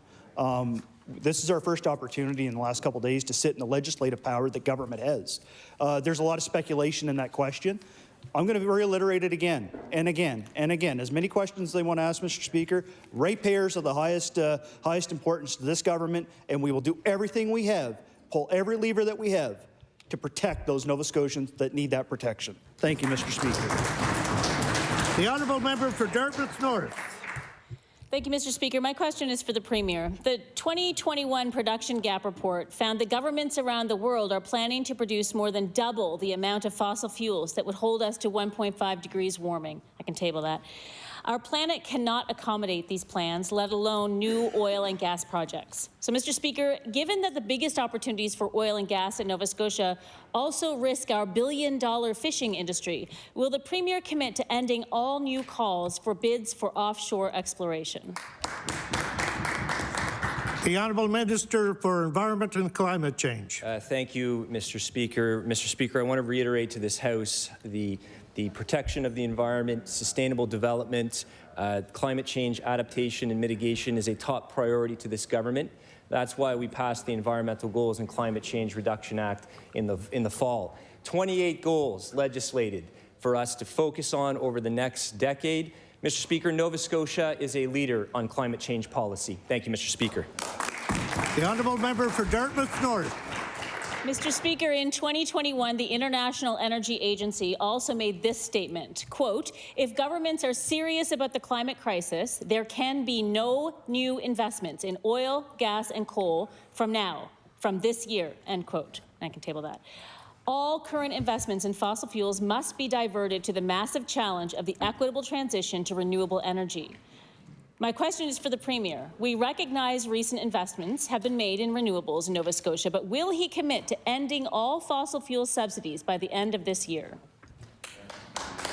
The Honourable Minister for Environment and Climate Change. Thank you, Mr. Speaker. Mr. Speaker, this government, we fully acknowledge how important those investments in renewables are. That's why this fiscal year alone, this government invested $44 million in climate change initiatives. Things like affordable housing retrofits, things like home energy assessment programs. Mr. Speaker, order, please. Order, please. The Minister for Environment has the floor. Mr. Speaker, $8 million this year for solar. So this, Mr. Speaker, is just the tip of the iceberg. In terms of the initiatives we are going to be taking. Stay tuned to the climate change plan. Thank you, Mr. Speaker. The honourable member for Northside Westmount. Mr. Speaker, the information that the minister refers to, all of that money came from the Green Fund, which was implemented by this Liberal government of the past and voted against by the opposition.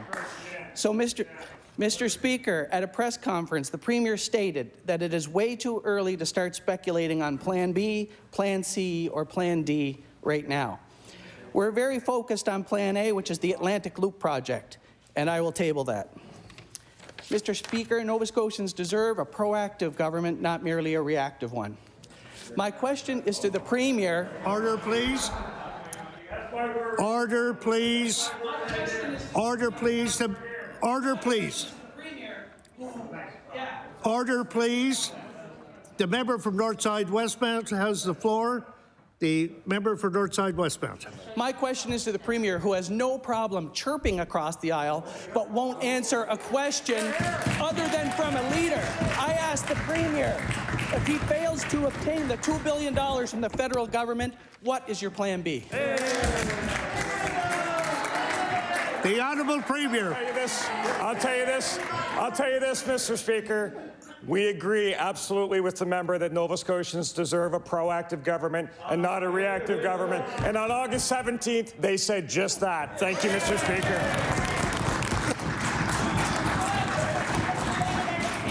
The Honourable Member for Northside Westmount. Mr. Speaker, time will tell how that works out for Nova Scotians. During Natural Resources and Economic Development Committee on February 22nd, the CEO of Nova Scotia Power explained that although the Atlantic Loop is Plan A, there are other ways of getting to 2030 if needed, and I will table that as well. Could the Premier, again, if he will answer a backbencher question, share with the House what these other ways are? Thank you. The Honourable Minister of Natural Resources and Renewables. Thank you very much, Mr. Speaker, and I just want to remind the House that it's a prerogative of government to respond to questions. Many times I asked the question of the Premier, was never responded to by the Premier, and I respect the fact that there's a lot of trust and confidence that the Premier installs in every minister. It doesn't matter what government. There's a trust and installment in the minister. But I will answer the question very quickly to the member opposite. This is the progressive part of our progressive Conservative Party. We're being progressive. You don't just need to rely on a Plan A. You need a Plan B. You need a Plan C. You need to be proactive and progressive to ensure that we're going to get to our goals. Just because we talk as a government, and the previous governments have done that before, just because we talk about one item does not mean there's not more in the list. Thank you, Mr. Speaker. The Honourable Member for Bedford South. Mr. Speaker, my question is for the Premier. So we're hearing a lot today about Plan B and Plan C and absolutely nothing about what Plan B and Plan C are. And there is a $2 billion hole in the Atlantic Loop project, and the Premier can go hat in hand to Ottawa and ask for the money, but we don't have the money yet. So I would ask the Premier, what is Plan B? What is Plan C?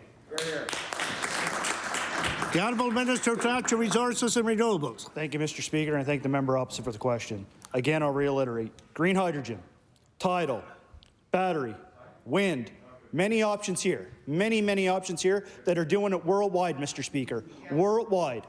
We're not just backbenchers in the progression of green energy. We're leaders in the world. And they can sit over in there on the opposite side of the House, Mr. Speaker, and take credit, because credit is due. Part of that is because of previous governments.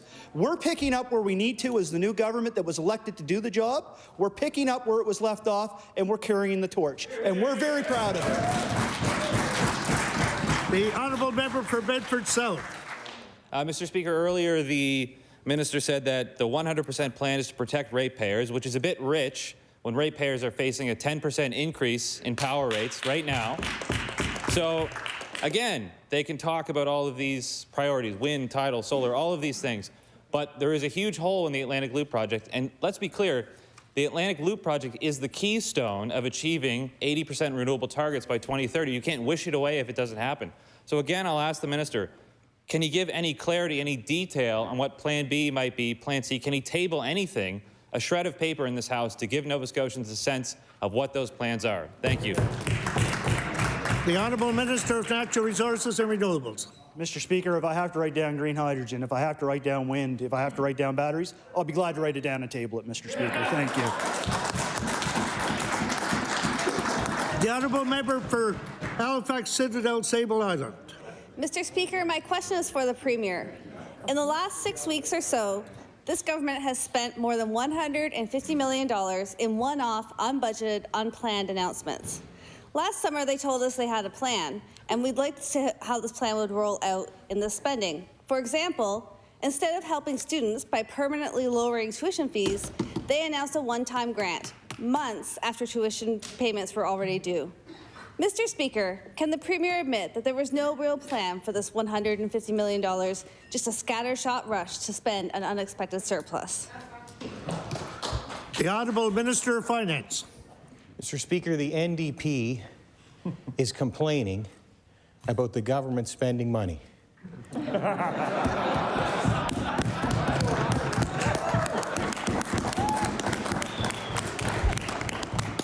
It's almost as if some malevolent presence has taken root in that corner of the House. It sends chills down my spine. I'm almost speechless, but not quite. Mr. Speaker, we could have waited when we were elected, but we chose not to wait. We chose to respond. I think about investments we made in roads 3 weeks after being sworn in. I think about investments we made in firefighters just recently, presumptive cancer coverage. I think about a 23% raise given to CCAs to help our healthcare system. The honourable member for Halifax Citadel Sable Island. Mr. Speaker, it's hard to believe that during this spending spree, in the midst of a housing crisis, there was not a single announcement about building affordable housing. There was also no new money for housing in the capital plan announced earlier this week. Wow. Certainly, the government announced money for some worthy items, but it's hard to imagine that any plan could neglect to include money for housing. If this March Madness spending was in Nova Scotia's best interest, why was there nothing for housing? The Honourable Minister of Finance. Mr. Speaker, there was money for housing. Yeah. $35 million invested last fall.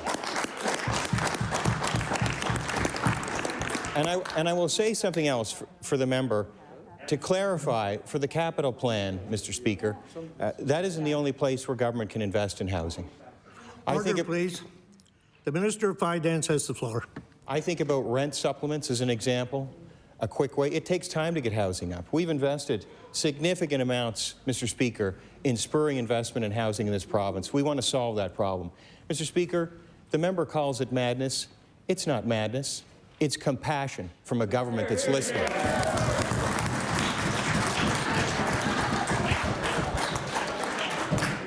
The honourable member for Fairview Clayton Park.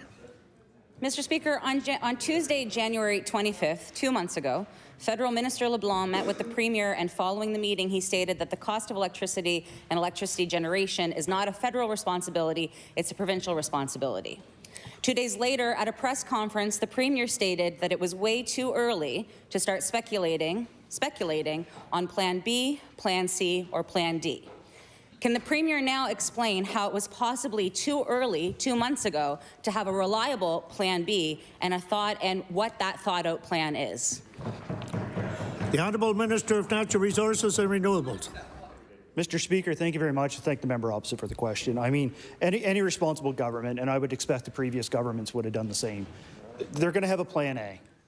They're going to back it up with a Plan B if things don't go right. Mr. Speaker, that's just human nature. It's good business. It's good governance. Thank you, Mr. Speaker. The honourable member for Fairview Clayton Park. I thank the minister for that answer, Mr. Speaker. But it's today that Nova Scotians are being told that there is a Plan B, when prior we were told Plan A was the focus. So what are the other alternatives to reach our climate targets? If the Premier fails to secure the $2 billion from the federal government, what is the plan to do that? Or is it simply that it will be on the backs of Nova Scotia taxpayers? The Honourable Minister of Natural Resources and Renewables. Thank you, Mr. Speaker. And I'm not sure what news release that the member's referencing, but there are many other news interviews that I did as minister responsible that does speak about having to look at Plan B and Plan C and down the future. I mean, we're not having tunnel vision.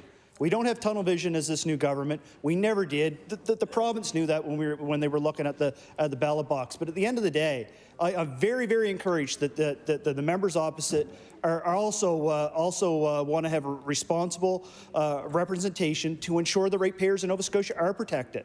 That's our job as government, and by golly, Mr. Speaker, we're going to do it. The member for Halifax Atlantic. Thank you, Mr. Speaker. My question is for Premier Rushton.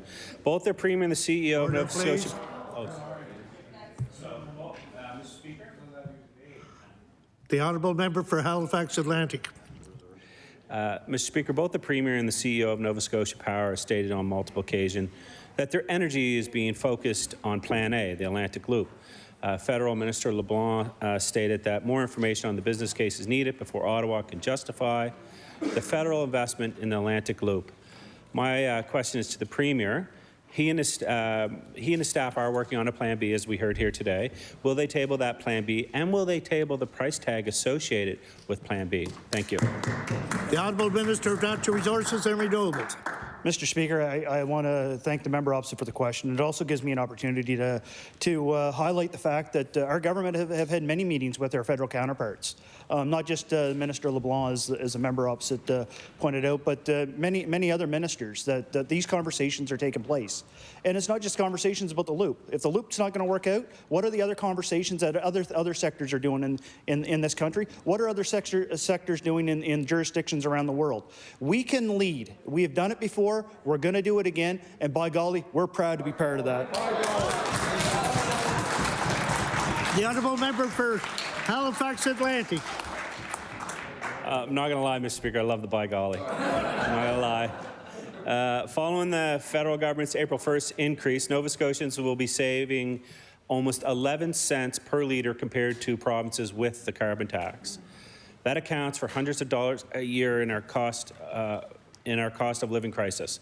Mr. Speaker, my question is for the Premier. Considering it is a made-in-Nova Scotian solution, will the Premier fight for our cap-and-trade program when it expires at the end of the year? Thank you.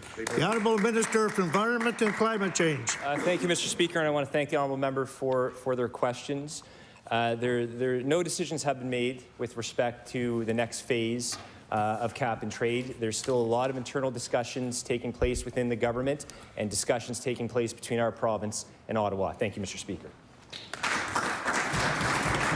The honourable member for Halifax Atlantic. So, Mr. Speaker, we do know that government, formerly of the opposition, voted against the cap and trade, which amounts to 1 cent per litre on fuel prices in Nova Scotia. While other jurisdictions are seeing skyrocketing fuel prices, we've been able to stabilize and only add 1 cent. It's very alarming that the minister will not commit to fighting for the cap and trade system and is taking an easy approach. Order, please. The time for oral questions put by members to ministers has expired. I recognize the Government House Leader. Thank you, Mr. Speaker. Mr. Speaker, will you please call bills for second reading? Bills for second reading. Would you please call Bill number 96, Dismantling Racism and Hate Act? Bill number 96. I recognize the minister responsible for the Office of Equity and Anti-Racism Initiatives.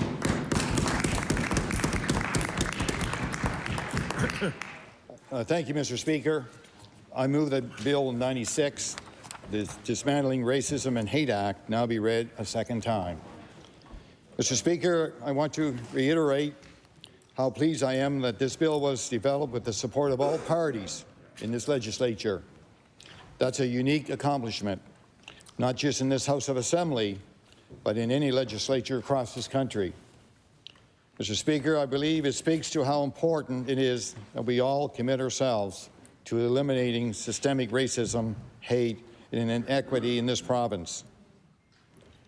In my brief time today, Mr. Speaker, I want to share more of what we heard from the many Nova Scotians who engage on this legislation and why this bill is so important to them. As I mentioned when I introduced this bill, more than 2,000 people took part in the engagement process in January and February. Clearly, Nova Scotians wanted to be heard. and they told us how important it is for government to listen and to act. One thing we heard repeatedly from marginalized and racialized communities is that past governments of all stripes have held consultations and commissioned reports, but in many cases, communities are still waiting to see the fruits of that work.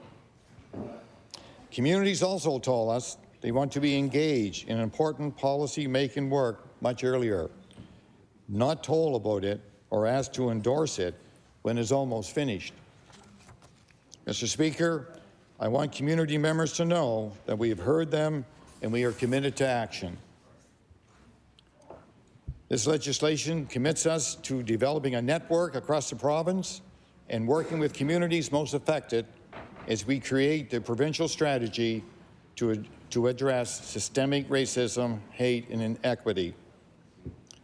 Mr. Speaker, there are many incredible people and organizations doing equity and anti-racism work across this province, and we want to help connect those groups to support their work, share best practices, and improve two-way communication between government and community. We heard how important it is to acknowledge the heritage of Mi'kmaq and African Nova Scotian communities and the contributions they make to this province. We are in Mi'kmaq and we are all treaty people. Mr. Speaker, we also heard how important it is to acknowledge that systemic racism and inequity exist in our systems and society. That may seem like a simple thing, Mr. Speaker, but it's important that we name the issue, that we define it, that we talk about it. Discrimination and hate can thrive when we are silent or when we downplay their role in our society. And again, I want to thank my colleagues across the floor for their expertise and input in shaping the language in this bill. Because of that, Mr. Speaker, it's better and stronger because we did that work together. Mr. Speaker, we heard people say they need to feel safe in their workplaces and online and in all areas of their lives.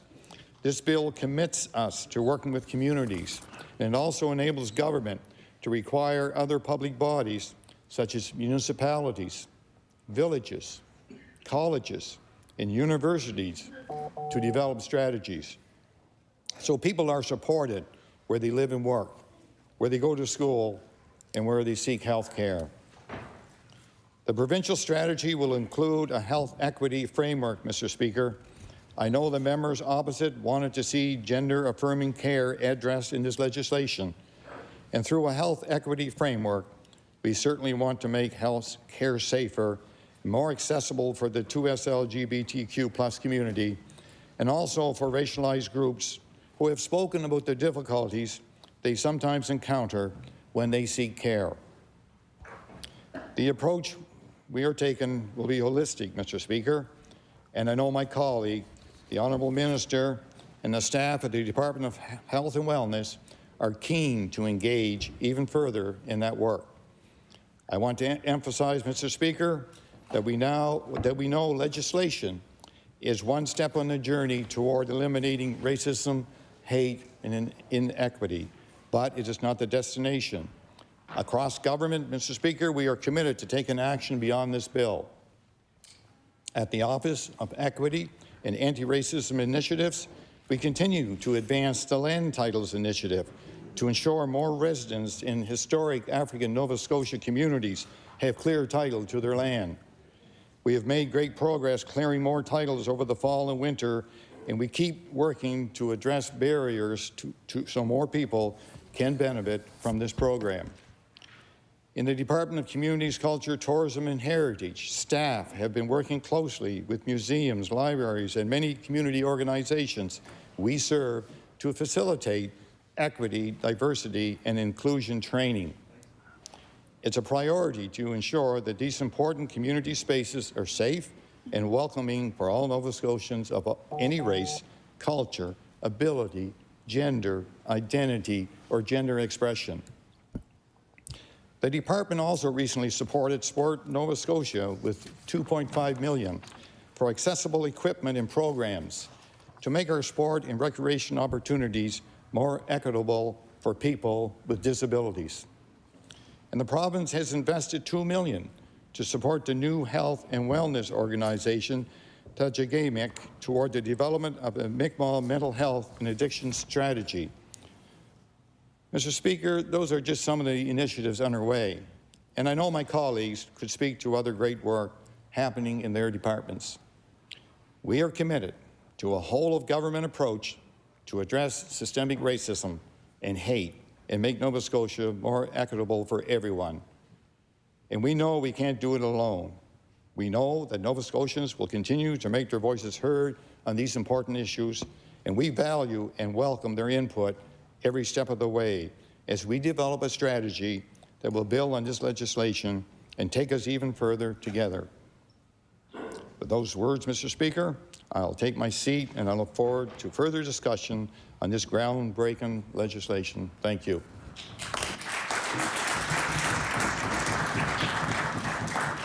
The honourable member for Cole Harbour. Thank you, Mr. Speaker. Mr. Speaker, I stand in my place to speak in support of Bill 96. It has taken a very long time to get to this point. However, every journey begins with a single step. Over the past number of weeks, months, members of this House, department staff, caucus staff, and others have come together in an unlikely, and it is come together unlike anything we've seen before. I'm proud that we here in Nova Scotia have taken that step. We had some honest and raw conversations. To give you an example, Mr. Speaker, one of the conversations that we had when the all-party committee first sat down and came together, we, as a group, shared our discontent with the fact that the Premier and some of the senior staff weren't there, and it got a little heated, but it was okay, and everything worked out, as you can see. The bill before this House reflects some of those difficult conversations and a desire to build a piece of legislation that will serve those who have been absent or voiceless in those rooms where these decisions are being made. I have to say that those of us from the African Nova Scotian community are very proud because we stand here in this House on the shoulders of people like Dr. Richard Preston, Dr. Oliver, Senator Oliver, Dr. Bess. We talk about Mr. Buddy Day. We look at Rocky Jones. There are a number of those folks for generations who have fought to allow us to get to where we are today. Over the past number of years, steps have been taken to address some of these challenges that we've had. Count us in. The Home for Colored Children, land titles initiatives, treaty education, the Office of Equity and Anti-Racism. This bill will empower the Office of Equity and Anti-Racism. It will chart the next steps in our journey of equity, inclusion, and reconciliation. It will create meaningful engagement between government and community, and it will hold government accountable to community. It will also ensure that people have the data that they need to not only identify the barriers, but also provide evidence and backup to the stories and the experiences that we have been sharing for far too long. We know that what comes next will take time and healing. We support this bill, and we will continue to support the work set out in this legislation, and I thank all for allowing us to go on this journey. Thank you, Mr. Speaker.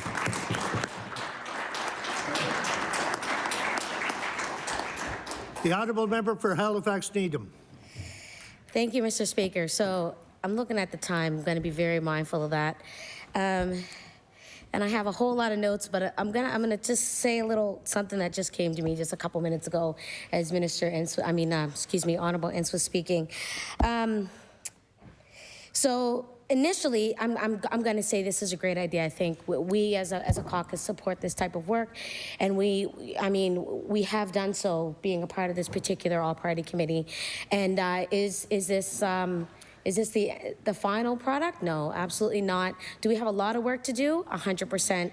But I want to start off in the beginning as to what sparked this movement to this particular piece of legislation. So, and I need you to understand why I'm saying what I'm saying. Think about this. Would this be a piece of legislation put forward by the government sitting right now if there wasn't a scenario in which MLAs had a situation of racism encountered within our realm? So I think about it in that sense, and I think it's great that we're driving forward to, put forward a piece of legislation that's, unprecedented. It's monumental. It's all of those pieces. But I need you to think about this. We are in 2022. I've existed for over 40 years. I know a number of us here have been here for a long, long time. And the fact that, not in that sense, I'm talking about community sense, but I'm saying this because I need you to understand the reality of why we speak the things that we speak and why I will continue to say that we need to review our policy and our legislature under a lens that is reflective of all Nova Scotians. So I say this because 100%, this is an important step for this particular bill. This is an important step for Nova Scotia. And we do wholeheartedly feel like this is a necessary thing for this province, 100%. It was raised by the House yesterday, and we're glad to participate. I was glad to participate in this particular all-party committee, but I will tell you this: when I was approached to be a part of this all-party committee, I stated specifically, I hope it's not going to be just all black people sitting around the table telling you our thoughts and our concerns, and then you take that information and you just kind of create something out of that. I think we need to think about the trauma and the intergenerational trauma and the systemic racism and the oppression that people in our communities and people in this province have experienced, and they have experienced it through generations. So I apologize if some of the things that I may be saying may be critical to the work that is in front of us. Thank you. But I also want you to know why I say the things that I say and why I bring it up, because I don't speak for myself. I in no way, shape, or form say, you know what, this is what I think I need and I need this. It's community driven. There are communities and people that are not here that have been fighting Cole Harbour, thank you. The member from Cole Harbour has spoken to some that are not here who have been fighting for this type of work for many years, people that are continuing to do that. So I commend that we are on the right step. We, as a caucus, have put forward a number of pieces that were spoken to by community, specifically through consultation, through our own feedback given by community. So I will be moving forward, looking forward to what law amendments has to bring, and implementing a lot of those pieces from law amendments as well from community as a part of the amendments that I will be bringing forward, and as well our caucus will be bringing forward to boost this piece of legislation to be the monumental #1 standing piece of legislation for this country. Because if you don't know, we have the oldest black communities in this country. We have communities that have educators, doctors, healthcare workers, you name it. There's a facet of people that have a wealth of knowledge, and they have come to us to ask for certain things, and I think they deserve to have that put into a bill. So I look forward to law amendments. Thank you. The honourable member for Argyle. The honourable member for Argyle.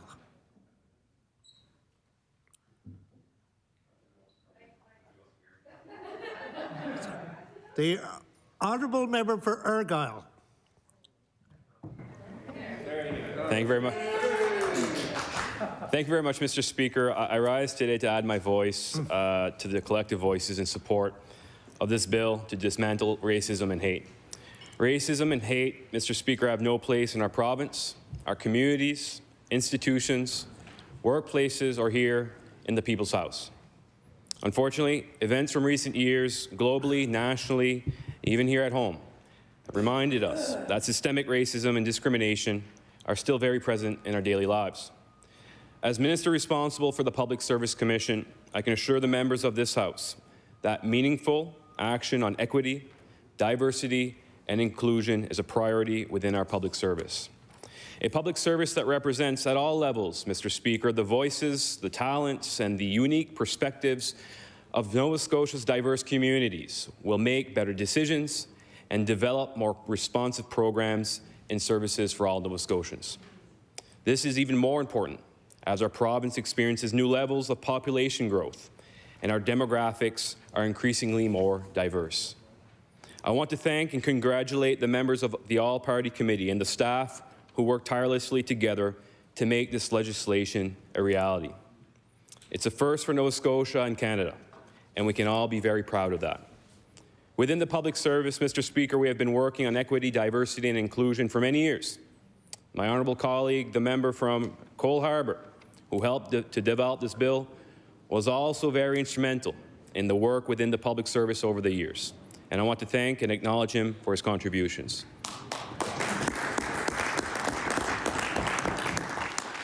The All-Together Action Plan focuses on building diversity at every level of the public service with a specific focus on leadership.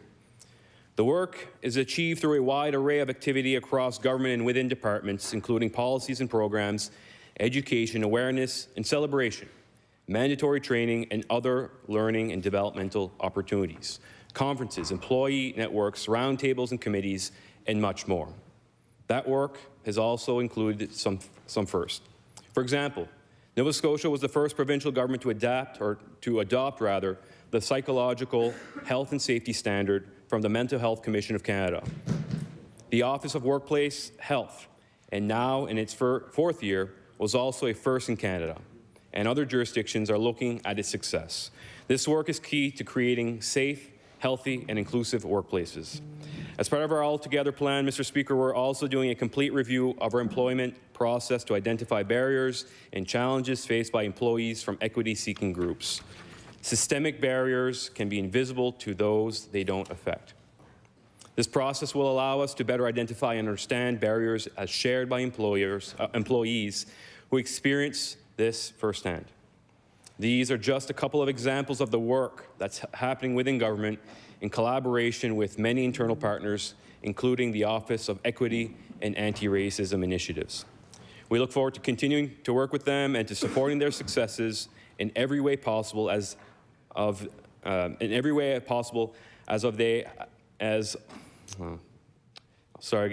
We look forward to continuing to work with them and to supporting their success in every way possible as all of us together bring this legislation to life. We know that the important work of equity, diversity, and inclusion is never done, and that this bill is an important step. And we look forward to continuing the journey together. Thank you very much, Mr. Speaker. The honourable member for Halifax-Arndale. Mr. Speaker, Bill 96, Dismantling Racism and Hate Act, is one of a kind. I'm pleased to be a member of All-Party Committee that was trusted and given the privilege to bring forward this bill in Nova Scotia. That journey is one of my wish of this legislature, to see a teamwork, to see without party line, to see a unified legislature. I'm proud of that team, and to say that it was not a piece of cake.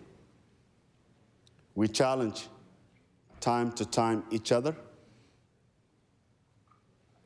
We take our time, but at the end of the day, we finish on time in the meeting and we shake hands. And I'm proud of that team. I support this bill, but as the minister have said, this is not the end. We're in a journey.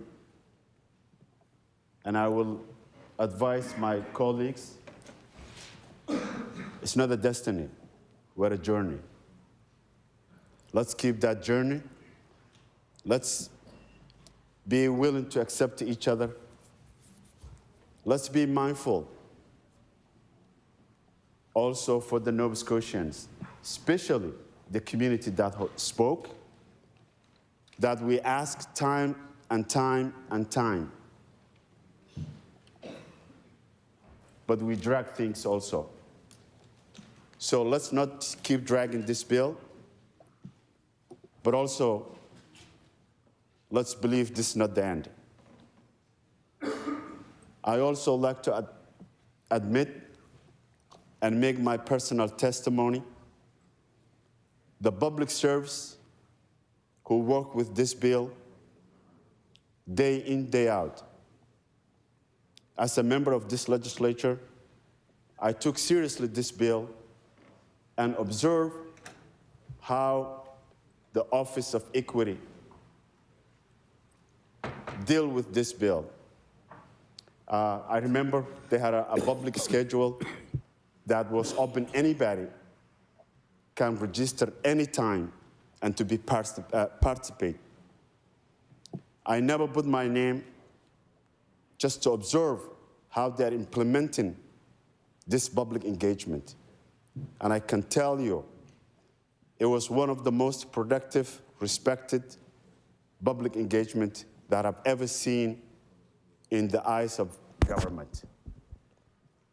And I would like to see that to continue. The questions that were coming from the minority communities, the frustration, the sincerity, but also their professionalism, their respect, and their willingness to listen was phenomenal. And I'm great to see that our public service can act that way. Because of that reason, I would like to say the sitting government to invest in that office the tools that they need in order to do their job. It will be lip service, and I'm eager to watch this setting house, the coming budget, and the invest that office will be made. And I'm glad, and I will be more than happy to see what I'm hoping for. Otherwise, we're still having a lip service. I'm glad, as I stated yesterday, to be part of this House that have the will to produce one of the kind in this country. And I really believe there's so many other issues that we can take the lead. If I'm not making a mistake, Nova Scotia, this city of Halifax, is one of the places the life of Canada flourish. And we should uphold that and to continue that leadership. I can stand here and use my 1 hour privilege and talk about this bill and what needs to be done. And the issue of hate and racism and discrimination. But I have said enough this bill. I'm glad we're here today, following the procedures that allow us to create legislatures, I ask all members of this House to support this bill. Thank you, Mr. Speaker. The honourable member for Halifax Citadel Sable Island. Thank you very much, Mr. Speaker. I was, I think, perhaps the last MLA to be invited to join the committee, and I was pleased to do so for a number of reasons. So one, as a former bureaucrat, perhaps a recovering bureaucrat, I can certainly appreciate the importance of bringing together an all-party committee to consider a whole-of-government approach. I'm really pleased with the bill that has actually a requirement for policy making in the provincial government to now take into account issues of anti-racism and equity. And it was also really important to me to become involved because I have yet been able to find a place on the other side of this House to talk about the issues of the 2S LGBTQ+ community. So, you know, the current government was silent in the platform of last summer's election. My community was not mentioned in the speech from the throne. There is no minister assigned. No one has it in a mandate letter. And there's been no policy or funding announcements, to my knowledge, that target the 2S LGBTQ+ community. And so, in a sense, this was one of the first times that I was able to come to the table and speak about the issues that affect my community, which encompasses thousands of Nova Scotians, from Yarmouth to Sydney and everywhere, in all walks of life, not unlike what my colleague described as well. And you know, and I think I've shared my experience here before about, you know, starting as a young family, as a young person, starting my life. I had to move from Nova Scotia because the rights and privileges afforded my community were not equal to those in Ontario. I had to leave Nova Scotia to take a job with the federal government so that my partner and I could each have access to each other's benefits. I had to leave Nova Scotia because it was illegal. It was illegal for me to adopt children. I could not adopt children. And so we went to Ontario where we could do that. We also had earlier access to like civil unions and also to legal marriage. So in Ontario, we were able to legally marry in 2003 instead of waiting until 2005 here in Nova Scotia. So for all those reasons, I also know what it's like when a voice is absent from a discussion. And so, you know, we do support this bill. I do think it's an important step along the way. As you've heard, as we'll probably continue to hear from us, we had some concerns around both process and content. We're really, you know, I think it'll be really good to hear from the law amendments process. In particular, communities were engaged. That's true. But we felt the consultation process was quite rushed and also was quite one way. So I was pleased to hear the minister talk about opening up a two-way conversation. What I'm hoping we can learn from law amendments and going forward with this bill is also sort of the multiplicity of conversations that can happen. So in the case of the consultations that were led by the Office of Equity and Anti-Racism, they were sort of community by community, if I will. There were some open sessions, but you know, I've done a lot of work in community and youth engagement, and some of the best conversations happen when you support communities to come together and compare across experiences of exclusion and oppression to really sort of see what's happening in their communities. So we look forward to hearing from law amendments. I also just wanted to raise on the topic of voices that weren't at the table. I actually do think that the committee missed some opportunities to have some other voices at the table. There was no one there speaking for the Acadian community, for instance. There was no one there from New Affairs. There was no one there from the Accessibility Secretariat. So we actually have the resources within government to have brought those voices forward. And we did ask for those, and you know, unfortunately that was not accomplished. I'm just having a quick look at my notes for 1 second. And I think, so in terms of the other process issues, I was greatly concerned that the process was not accountable and transparent as we have established for this legislature. In this legislature, we have Hansard, Ledge TV, we have all sorts of rules and procedures that both govern our behavior, but also are about how we communicate with Nova Scotians what's going on. And so, for all intents and purposes, all of those meetings and all of those discussions that we had that were vibrant are lost to sort of the history of this House. So going forward, I'm very happy that will be in law amendments where the views of community will be recorded and can be shared. I'd really like to encourage folks to take an active role in encouraging community members to look at this bill and to think about this bill and to engage with it in the ways that they can, and not to take a passive approach to this. And that's certainly something that I'm taking on. And I think, the Minister for the Public Service spoke earlier talking about the ways in which the public service in Nova Scotia supports diversity, equity, and inclusion. And I reflected on my own experience. So in 2008, we moved back to Nova Scotia, having had access to benefits and adopted children and gotten married. And while working for the Nova Scotia Public Service, actually I was surprised, but just sort of hopped out 2 feet, that there actually wasn't an employee network at that time. So I co-founded that employee network with another new employee to the Nova Scotia Public Service. And we worked hard actually to do a number of things. So we actually had a designated position, a designated manager of 2S LGBTQ plus issues within what was then Communities, Culture and Heritage. We had a designated person in the Department of Health at the time.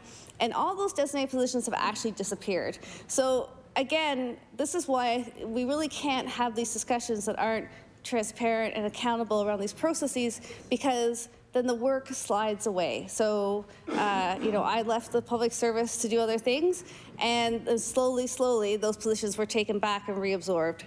So again, I think this bill will offer the possibility for ongoing sustainable change. We'd really like to see an ongoing mandate established in this legislature to look at issues of anti-racism and equity.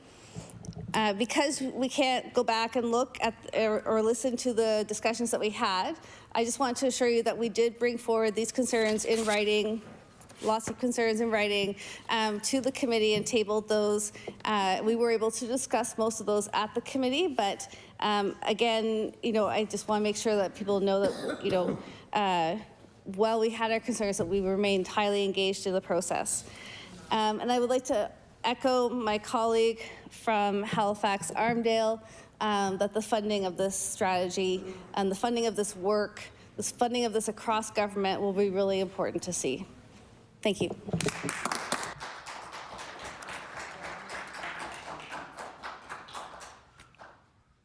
The motion is for second reading of Bill number 96, Dismantling Racism and Hate Act. Would all those in favor of the motion please indicate by saying aye? Aye. Contrary-minded, nay. The motion, oh, I'm sorry. He did move it when he started.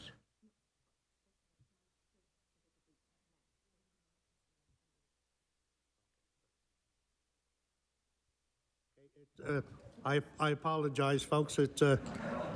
I'll blame it on Friday afternoon and my stupidity. I'm pushing it. I recognize the Honourable Minister responsible for the Office of Equity and Anti-Racism Initiatives. Thank you, Mr. Speaker, and I think we're probably all looking for the afternoon. However, prior to that, Mr. Speaker, I want to thank the honourable members on both sides of the House for their valuable comments. One member had mentioned something about, hopefully this doesn't end up being lip service, or it's a process that'll end up on the shelf like legislation has happened sometimes over the years. Mr. Speaker, I can certainly commit to the not only to the all-party committee, but on behalf of the government, that we certainly are going to make sure that we are listening and learning, and that this certainly will not be sitting on any shelf anywhere, Mr. Speaker. Also, Mr. Speaker, I'd like to mention the fact that as we go through the process, Mr. Speaker, a lot of issues that were being discussed today will end up being taken care of in the process, in the strategies, and the recommendations, and so on. So once again, as the other members mentioned, I'm looking forward to law amendments and seeing this bill work its way through the legislature. Thank you, Mr. Speaker. And with that, I move that Bill 96, Dismantling Racism and the Hate Act,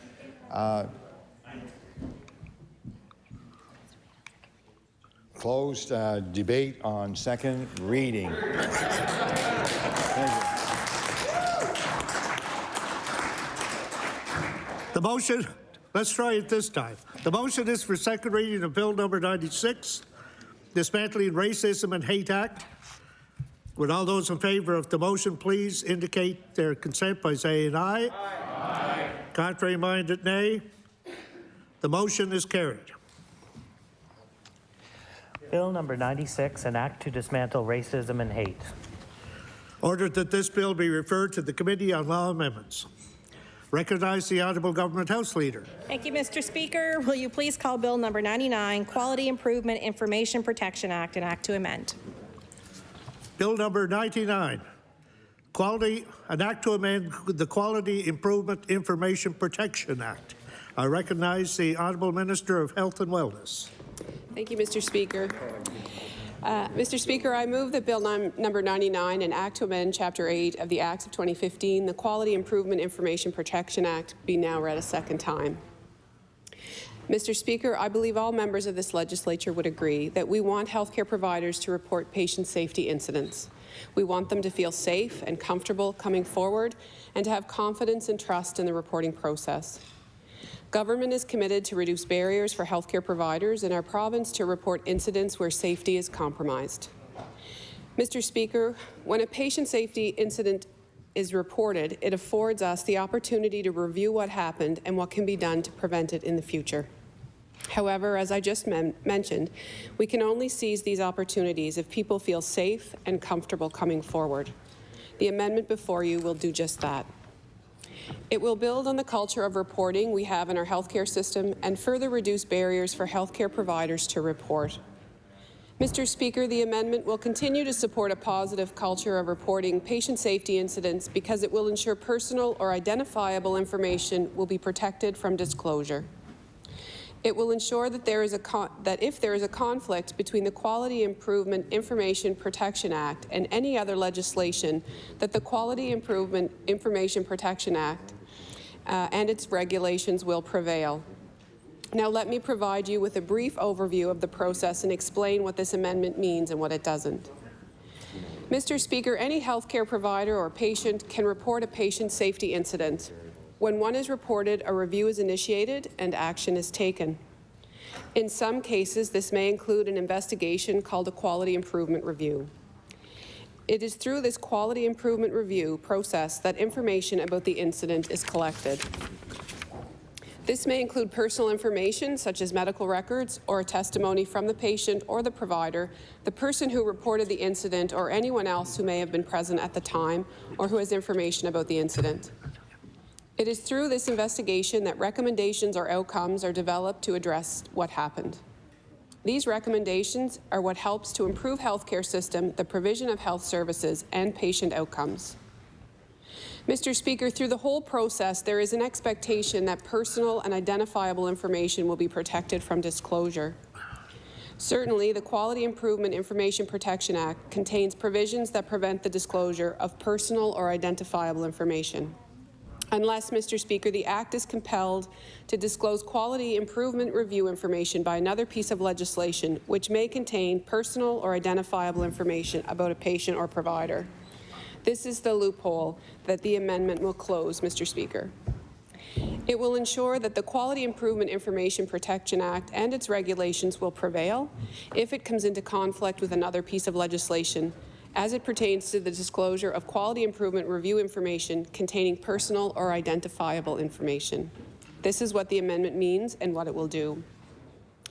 Mr. Speaker, closing this loophole will give healthcare providers the assurance they need to feel safe and comfortable coming forward to report patient safety incidents. It will give them the assurance they need to have confidence and trust in the reporting process. They will no longer have to worry about being identified or the fear of potentially suffering repercussions because they choose to do the right thing and come forward. Mr. Speaker, I also want to be clear about what this amendment will not do. This amendment will not prohibit the disclosure of quality improvement review information such as recommendations or outcomes. It will simply remove the personal or identifiable information before it is disclosed. Also, it will not impact the disclosure of information that was collected or created and subject to other legislation. Those records would be disclosed based on the criteria of the legislation they were originally collected under, but without quality improvement information. Mr. Speaker, we have a strong culture of reporting in our province, and it is important we continue to foster a strong culture of reporting. This amendment will continue to support the protection of personal or identifiable information of patients and providers. Thank you.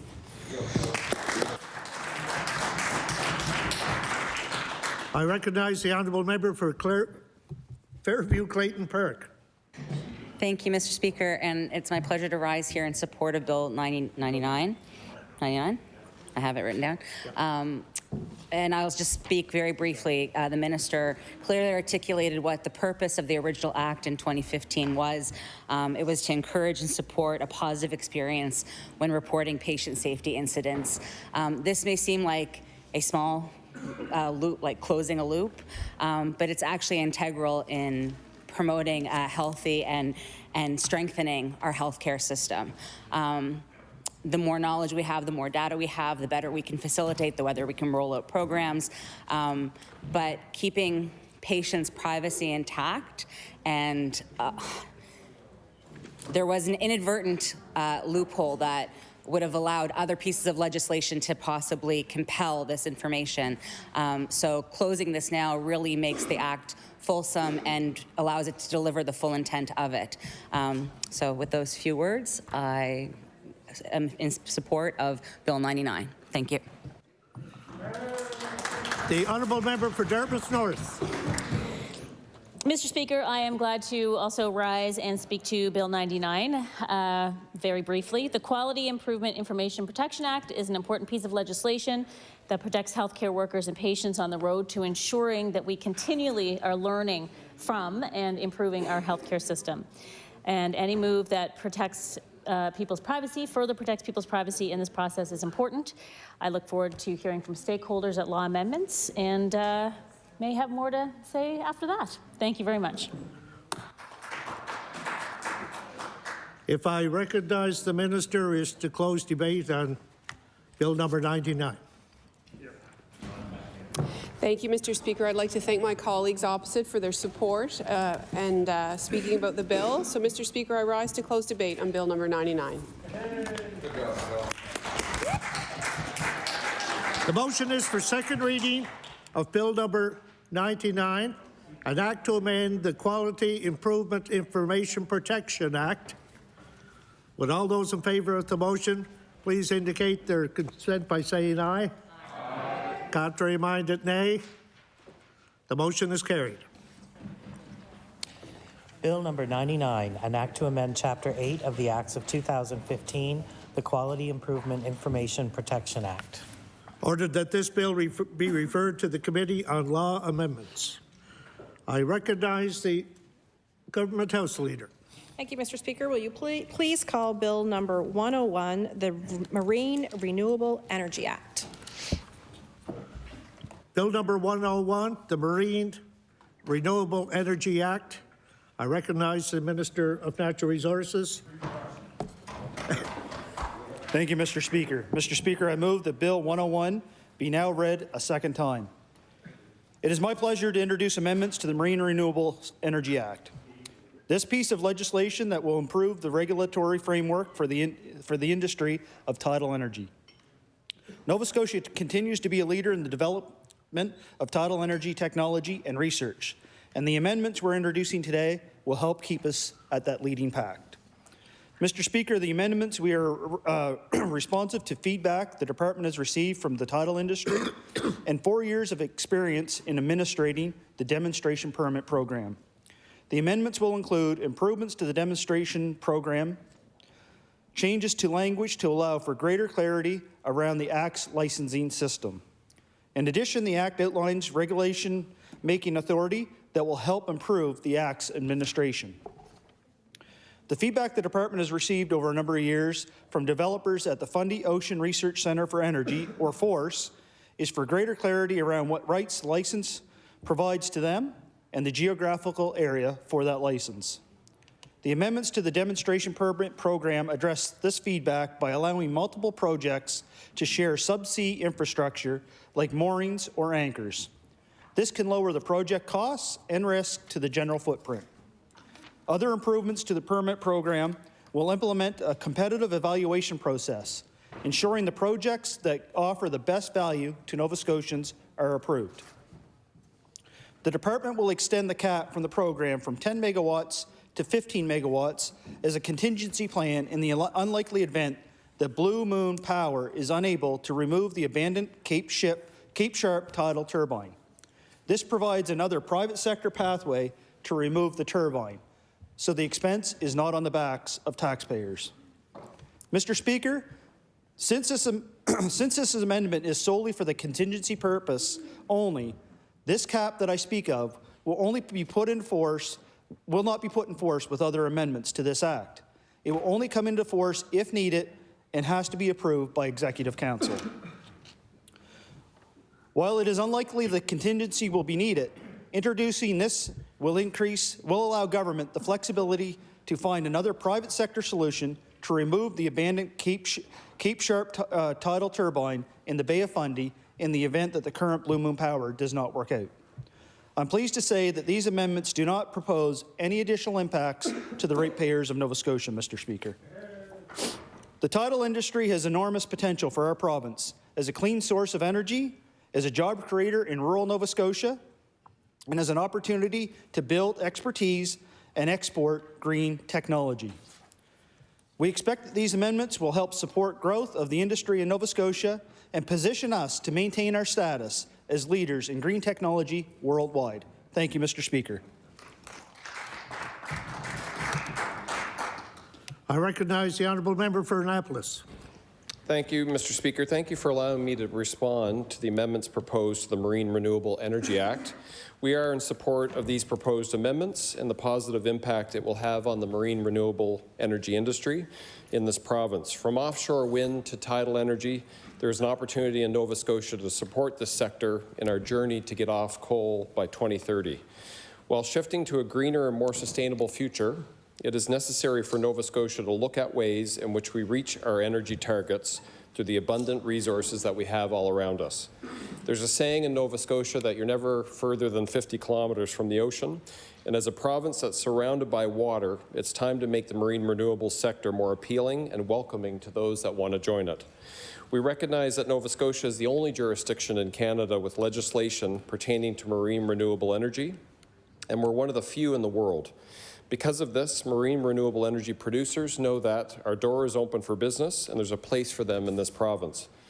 Although these amendments are largely administrative, these changes will allow the department to evaluate applications to be processed no longer on a first-come, first-served basis, but on a basis of which projects align most with our goals and will get us closer to our renewable energy targets. It's important that all applications submitted to the department have equal opportunity to be reviewed, regardless of how quickly they were submitted. This will allow the marine renewable industry to further grow in this province and tap into the resources that Nova Scotia has to offer. I hope that this legislation allows for the marine renewable sector to grow and become prosperous in the future of Nova Scotia's green economy. Thank you. I recognize the honourable member for Dartmouth South.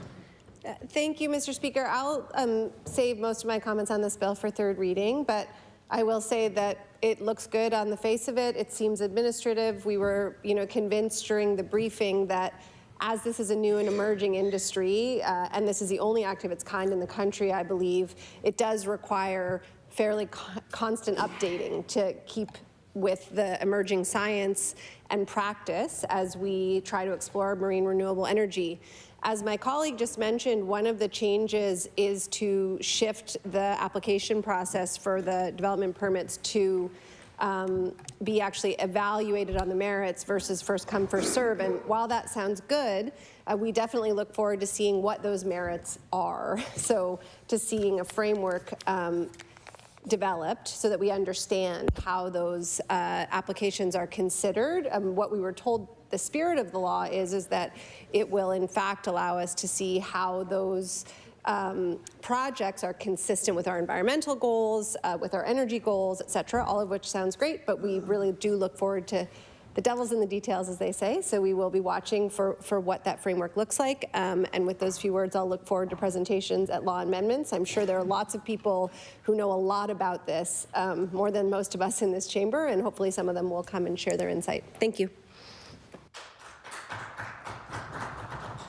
If I'm to recognize the minister, is to close debate on Bill number 101.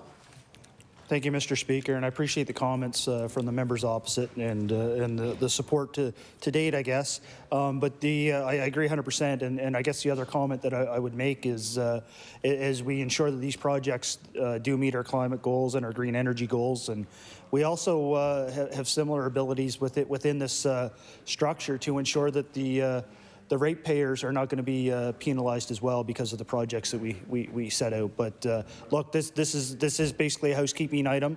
It's items that I know the previous Minister of Energy and I had many conversations about, and I certainly respect and am grateful for the conversations, because this is an item that not a lot of people in our country have a full understanding of what is taking place. There's certainly not expertise, too many expertise sitting in this room, and we do have to look outside our government walls to have the expertise sometimes with aspects. But with that, Mr. Speaker, I appreciate the comments, and I rise to close debate on Bill 101. Thank you. The motion is for second reading of Bill 101, the Maritime Renewable Energy Act. Would all those in favor of the motion please indicate by saying aye? Aye. Contrary-minded, nay. The motion is carried. Bill number 101, an act to amend Chapter 32 of the Acts of 2015, the Marine Renewable Energy Act. Ordered that this bill be referred to the Committee on Law Amendments. I recognize the Government House Leader. Mr. Speaker, will you please call Bill number 102, the Wildlife Act? Bill number 102, the Wildlife Act. I recognize the Honourable Minister of Natural Resources. Thank you, Mr. Speaker. Mr. Speaker, I move that Bill 102 now be read a second time. Mr. Speaker, we are very fortunate in Nova Scotia to be close to nature and all the benefits our natural world provides. We are also very fortunate to share our environment with the abundance of wildlife. You don't have to travel very far in our province to marvel at the animals in the wild. That's a special thing we have here in our province. That's why we, as a government, take our commitment to protecting wildlife seriously. Nova Scotians care deeply about issues facing wildlife. The people in my department care about these issues too and are dedicated to the excellence in wildlife management. Teams of biologists and technicians are part of the on-the-ground work that have done to help manage wildlife and issues every day throughout our province. And as Minister, I am tasked with addressing wildlife matters on the policy and regulation level. It's not enough to have care and concern for wildlife. We also need to have effective management practices and decision-making tools to support these concerns. Mr. Speaker, I want to highlight some of my department's recent work in this area. As we implement ecological forestry, the protection of ecosystems and conservation of our province's biodiversity will be at the forefront when making these decisions on how Crown forests are managed. We are also committed to putting recovery plans in place for species at risk and responding to emerging issues affecting wildlife, such as avian flu, but there's many more things that we can do. Mr. Speaker, it's time for our government to take another step and address the growing problem, feeding wildlife. I've introduced amendments to the Wildlife Act and will add regulation-making authority around inappropriate feeding.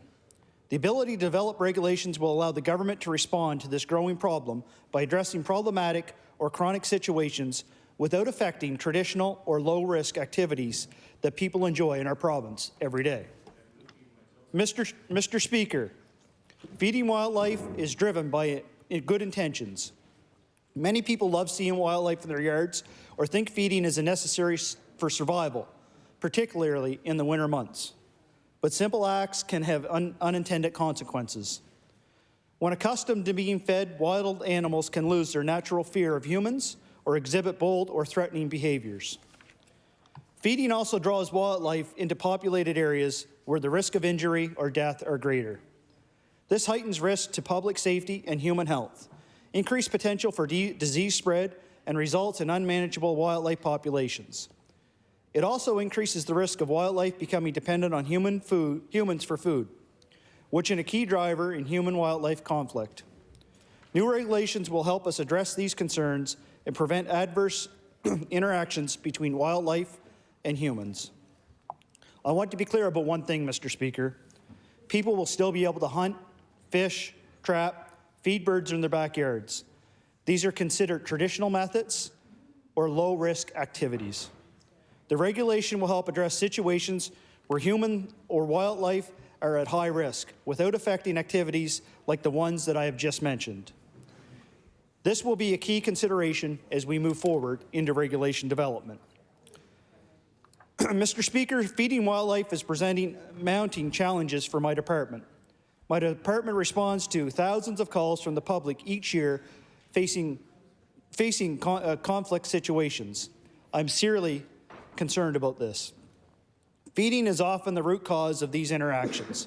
Public safety and human treatment of wildlife are the department's top priority when responding to these incidents where people and wildlife have come into conflict. Department employees are trained in human-wildlife conflict response procedures, and challenging or unusual situations are often overseen by professional wildlife biologists. The department proactively educates the public about what steps to take to prevent these conflicts or potentially dangerous situations. However, education alone has proven to not always be enough in reducing all these conflicts. Municipalities are facing the same issue. They're looking to the province for leadership in this area.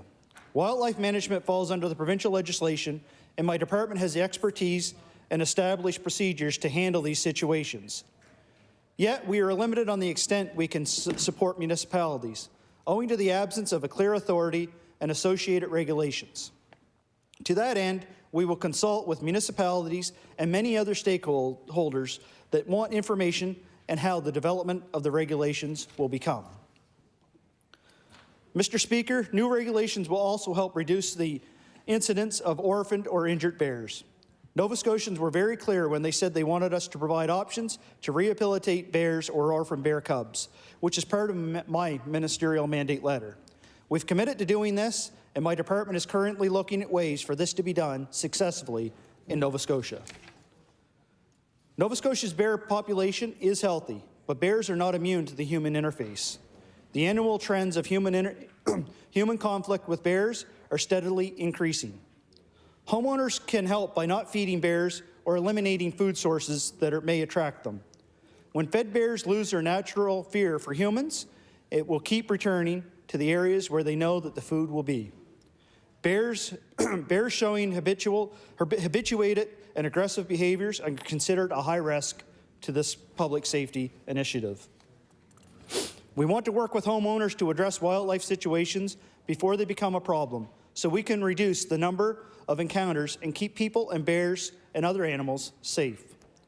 New regulations will give us another tool to address situations on top of the education aspects and achieve a better result for all Nova Scotians and all our wildlife. In closing, Mr. Speaker, when the Honourable Premier appointed me as Minister of Natural Resources, he instilled in me the need to provide solutions to the commitments we've made to Nova Scotians. The Wildlife Act protects the diversity of wildlife species in our province, but current regulations do not include provisions for us to regulate feeding. Amendments will help us to respond to the growing problem. I want to reiterate, Mr. Speaker, that the traditional methods of hunting, fishing, trapping, or backyard feeding is not the intent to attack on this bill. Future regulation development will target problematic situations that impact the safety of people and wildlife. In doing so, we will also be addressing the risks to human and wildlife health and safety that come with inappropriate feeding. This is the measure we need to achieve our goals, which is to enable human and wildlife to coexist in our province without conflict. Thank you, Mr. Speaker. The honourable member for Annapolis. I want to thank the Minister for that, and thank you for allowing me to respond to these proposed amendments to the Wildlife Act. The proposed amendment reads as follows, in quotes, prohibiting or regulating the feeding of wildlife in all or any part of the province. The intent of this amendment is to keep wildlife wild. It will strive to protect wildlife in Nova Scotians from unnecessary and unsafe encounters with each other and can otherwise be avoidable. Since the amendment offers little detail or light on detail, my initial concern is that there may be unintended consequences that the department may not have considered. I do appreciate the Minister stepping aside just now and confirming there will be a fulsome consultation process, yet my concern would be when, prior to passing of these amendments or post. Chicken farmers in the valley throughout the province, they leave deceased birds to eagles in the area. This benefits both the farmer and the eagles. Will this practice be allowed to continue? Will this group be consulted prior to amendments? Deer hunters use apples from our farm and many farms throughout the province, and I wonder how this will be handled. This is again a common practice in rural Nova Scotia that needs to be clarified. I hope this group is consulted with prior to legislation being passed.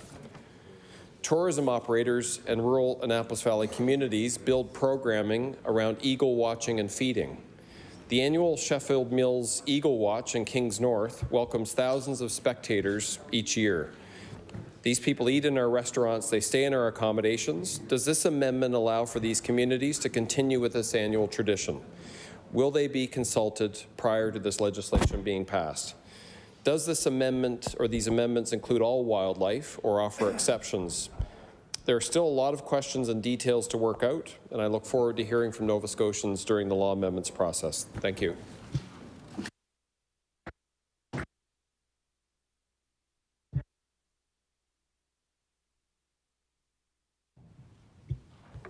I recognize the honourable member for Dartmouth South.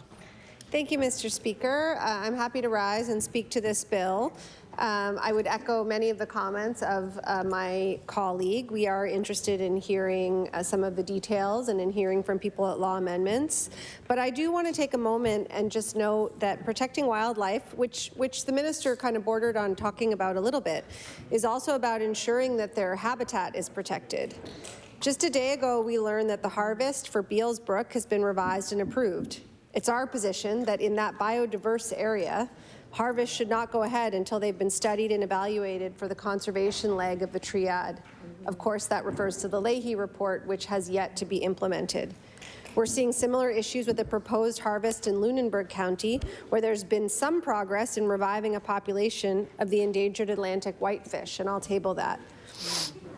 The amendment is a positive step and potentially a useful step, but we're also looking for the transformational changes in environment and in forestry specifically that will protect and restore biodiversity. I look forward to hearing more about this bill at law amendments, and I look forward to the implementation of the Leahy report. If I'm to recognize the minister, it's to close debate on bill number 102, the Wildlife Act. Thank you, Mr. Speaker, and I thank the members opposite for the comments on this bill. Just a couple quick comments. This legislation framework will enable us to do the regulations and actually have the full consultation with many of the people that we've had conversations with. Mainly right now, it's with different municipalities, but we know there's many other people that will have possibly concerns or maybe even be able to strengthen what the intent of this legislation will be. So consultation is top priority, but we need to get this leave removed so we can move on to the next steps. Is going forward with the ecological forestry process. The harvest plan that has actually been reviewed before I took office and approved. When some issues came up within my office, Mr. Speaker, I ensured that we did a second review and actually made sure that it fit within the SGEMS and the Leahy review process. And it came back with the second approve, and it actually does meet within the Leahy review process. 100%, Mr. Speaker. But it's not lost on me that there's many comments out in the sector that we see many wildlife's interactions. And I spoke about black bears, the true demographic of the black bears and what's going on in the province is black bears are actually having more cubs on an annual basis now. The population is actually a lot stronger than what it has been. But I certainly look forward to hearing from some public. I look forward to the legislation passing and being able to have boots on the ground to have the full consultation process done. So with that, Mr. Speaker, I move that Bill 102 now be, or close debate on Bill 102. Thank you, Mr. Speaker. The motion is for second reading of Bill number 102, the Wildlife Act. Will all those in favor of the motion please indicate by saying aye. Aye. Contrary minded, nay. The motion is carried. Bill number 102, an act to amend Chapter 504 of the Revised Statutes 1989, the Wildlife Act. Ordered that this bill be referred to the Committee on Law Amendments. I recognize the Government House Leader. Thank you, Mr. Speaker. Will you please call Bill number 104, the Interjurisdictional Support Orders Act?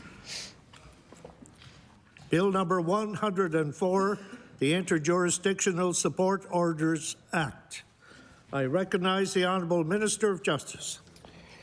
Thank you, Speaker. Speaker, I move that Bill 104, Amendments to the Interjurisdictional Support Order Act, be read a second time. The legislation we're debating here today will make it easier for Nova Scotian families living in different parts of the country to fix and collect court-ordered child support, spousal support payments from their ex-partners. The amendments we're proposing will simplify the administration process for establishing, varying, and enforcing child and spousal support orders when one party lives in Nova Scotia and the other party lives in another province, territory, or outside of the country. I think that every one of us here in the chamber understands how hard it could be on parents and their children who rely on these payments and have to be held up because of interprovincial red tape. That is why it's crucial that we streamline and put simple processes in place to help make sure that children and families get the court-ordered support payments that they are entitled to in a timely fashion. The time and cost for recipients to prepare and submit documents required in the Interjurisdictional Support Order Act can be substantial, and may also lead to the back payments of support arrears in the recipient's new province or territory. Where you live in Canada should not limit your ability to receive maintenance payments or make changes to orders or affect the enforcement of those orders. This legislation will help families get support they need faster.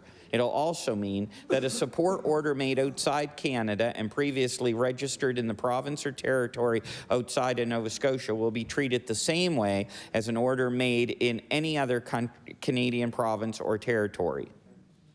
The changes will reduce the administrative burden on the courts and help minimize delays. The amendments will include eliminating the requirements for certified copies of court orders and that need for documents to be sworn. The legislation also improves the process for hearing evidence and permits the use of electronic documents, removing the requirement for paper copies, which has contributed significantly to slowing down the process in the past. Nova Scotia has been a leader in Canada in improving maintenance enforcement. This maintenance enforcement program has been working across jurisdictions for a number of years to improve the enforcement of support orders to those who have moved out of the province. There are about 2,200 interjurisdictional support orders administered by the program, so the number of families who will be impacted by this legislation is significant. The improvements contained in Bill 104 is another example of our continuous work to support these families.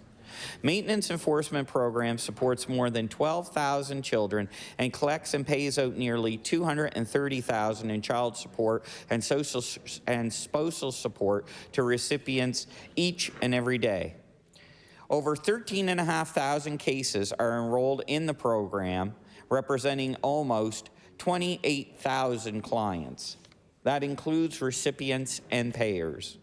Speaker, women represent about 96% of all support order recipients, so this legislation, indeed much of the work that we will do through this program, has a direct positive impact on women and children throughout Nova Scotia.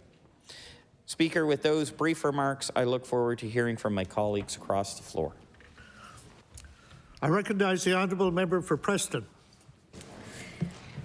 Mr. Speaker, I rise today in support of Bill 104. Parents have a responsibility to their children, to love them, provide for them, and ensure they are safe and set up to lead successful lives.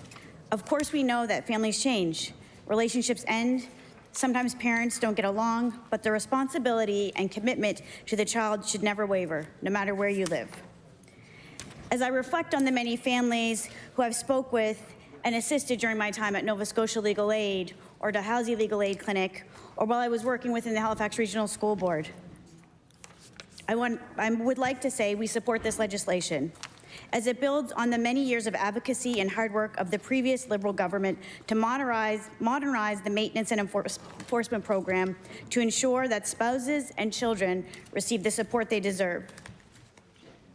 We know that information sharing arrangements exist nationally, but it can be challenging to locate someone who moves to another province or territory. Cases are more likely to be in arrears when the parent ordered to provide child support lives in a different province or territory than the parent caring for the child. Premier McNeil made it a priority to work with his colleagues across Canada to improve collaboration between provinces in collecting child support payments.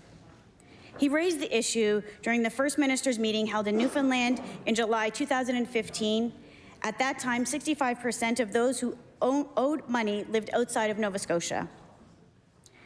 Through his collaboration and advocacy, Nova Scotia, British Columbia, and Newfoundland and Labrador work together to explore ways to strengthen the enforcement system with a focus on tracing and locating parents who are not paying support and are living in another province. This legislation builds and honors that work. This legislation will help the many over 2,200 families who have interjurisdictional support orders to collect child and spousal support payments from their ex-partners and spouses. But this legislation alone will not be enough. It will require strong leadership and advocacy from the Premier. It will require collaboration and provincial and territorial partners. And Mr. Speaker, families are depending on it. Thank you. I recognize the honourable member for Dartmouth South. Thank you, Mr. Speaker. I'm pleased to rise and speak to this bill. Changes in the Act that facilitate the process of obtaining child or spousal support across jurisdictions are, of course, welcome. In 2018, the Auditor General found that recipients of court-ordered spousal and child support payments in Nova Scotia were owed $60 million in unpaid amounts over the lifetime of the province's program. There have been some improvements in the Justice Department since that report, but Nova Scotia still has the highest child support arrear rates in Atlantic Canada, $52.7 million owing in arrears. As we look at changes to this legislation and what more needs to be done, we must keep in mind that barriers to obtaining child or spousal support is also a significant contributor to the feminization of poverty and the reason why so many women and families persist in poverty-like conditions. We look forward to learning more about this bill at Law Amendments, and we are happy to have the opportunity to speak more at third reading. Thank you. If I am to recognize the minister, it's to close debate on Bill number 104. Thank you, Speaker. Speaker, I rise to close debate on Bill 104.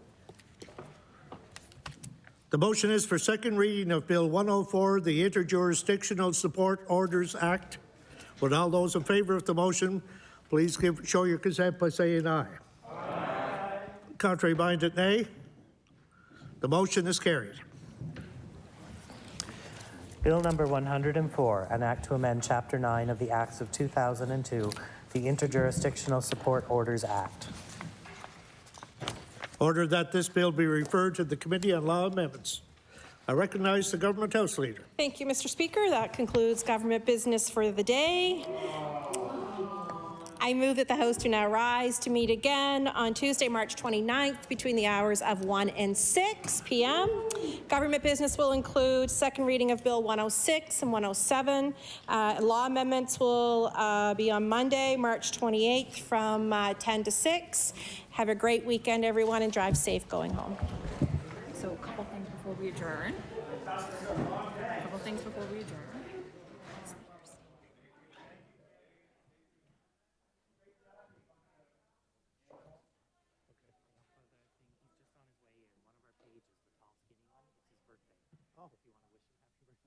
Okay.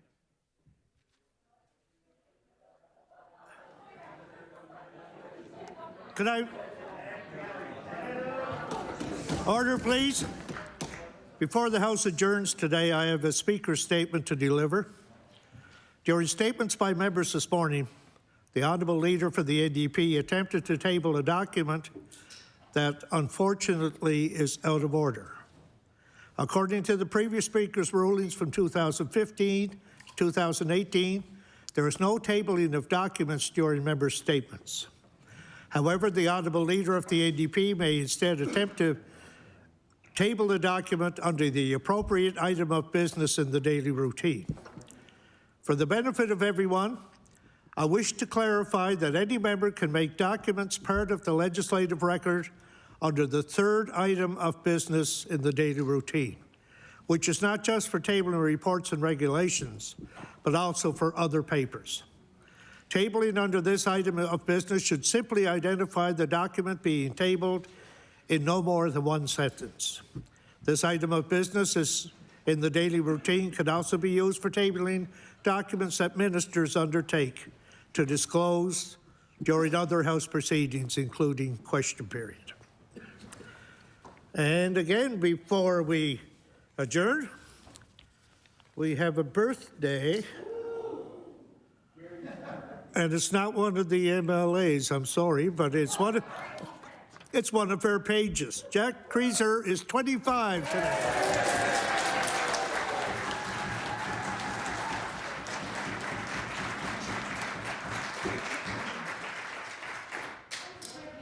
So once again, the motion is that the House rise to meet again on Tuesday, March 29th, between the hours of 1 to 6. Would those in favor of the motion please indicate aye. Aye. Contrary minded, nay. The motion is carried. We stand adjourned until Tuesday, March 29th. Have a good weekend, everyone.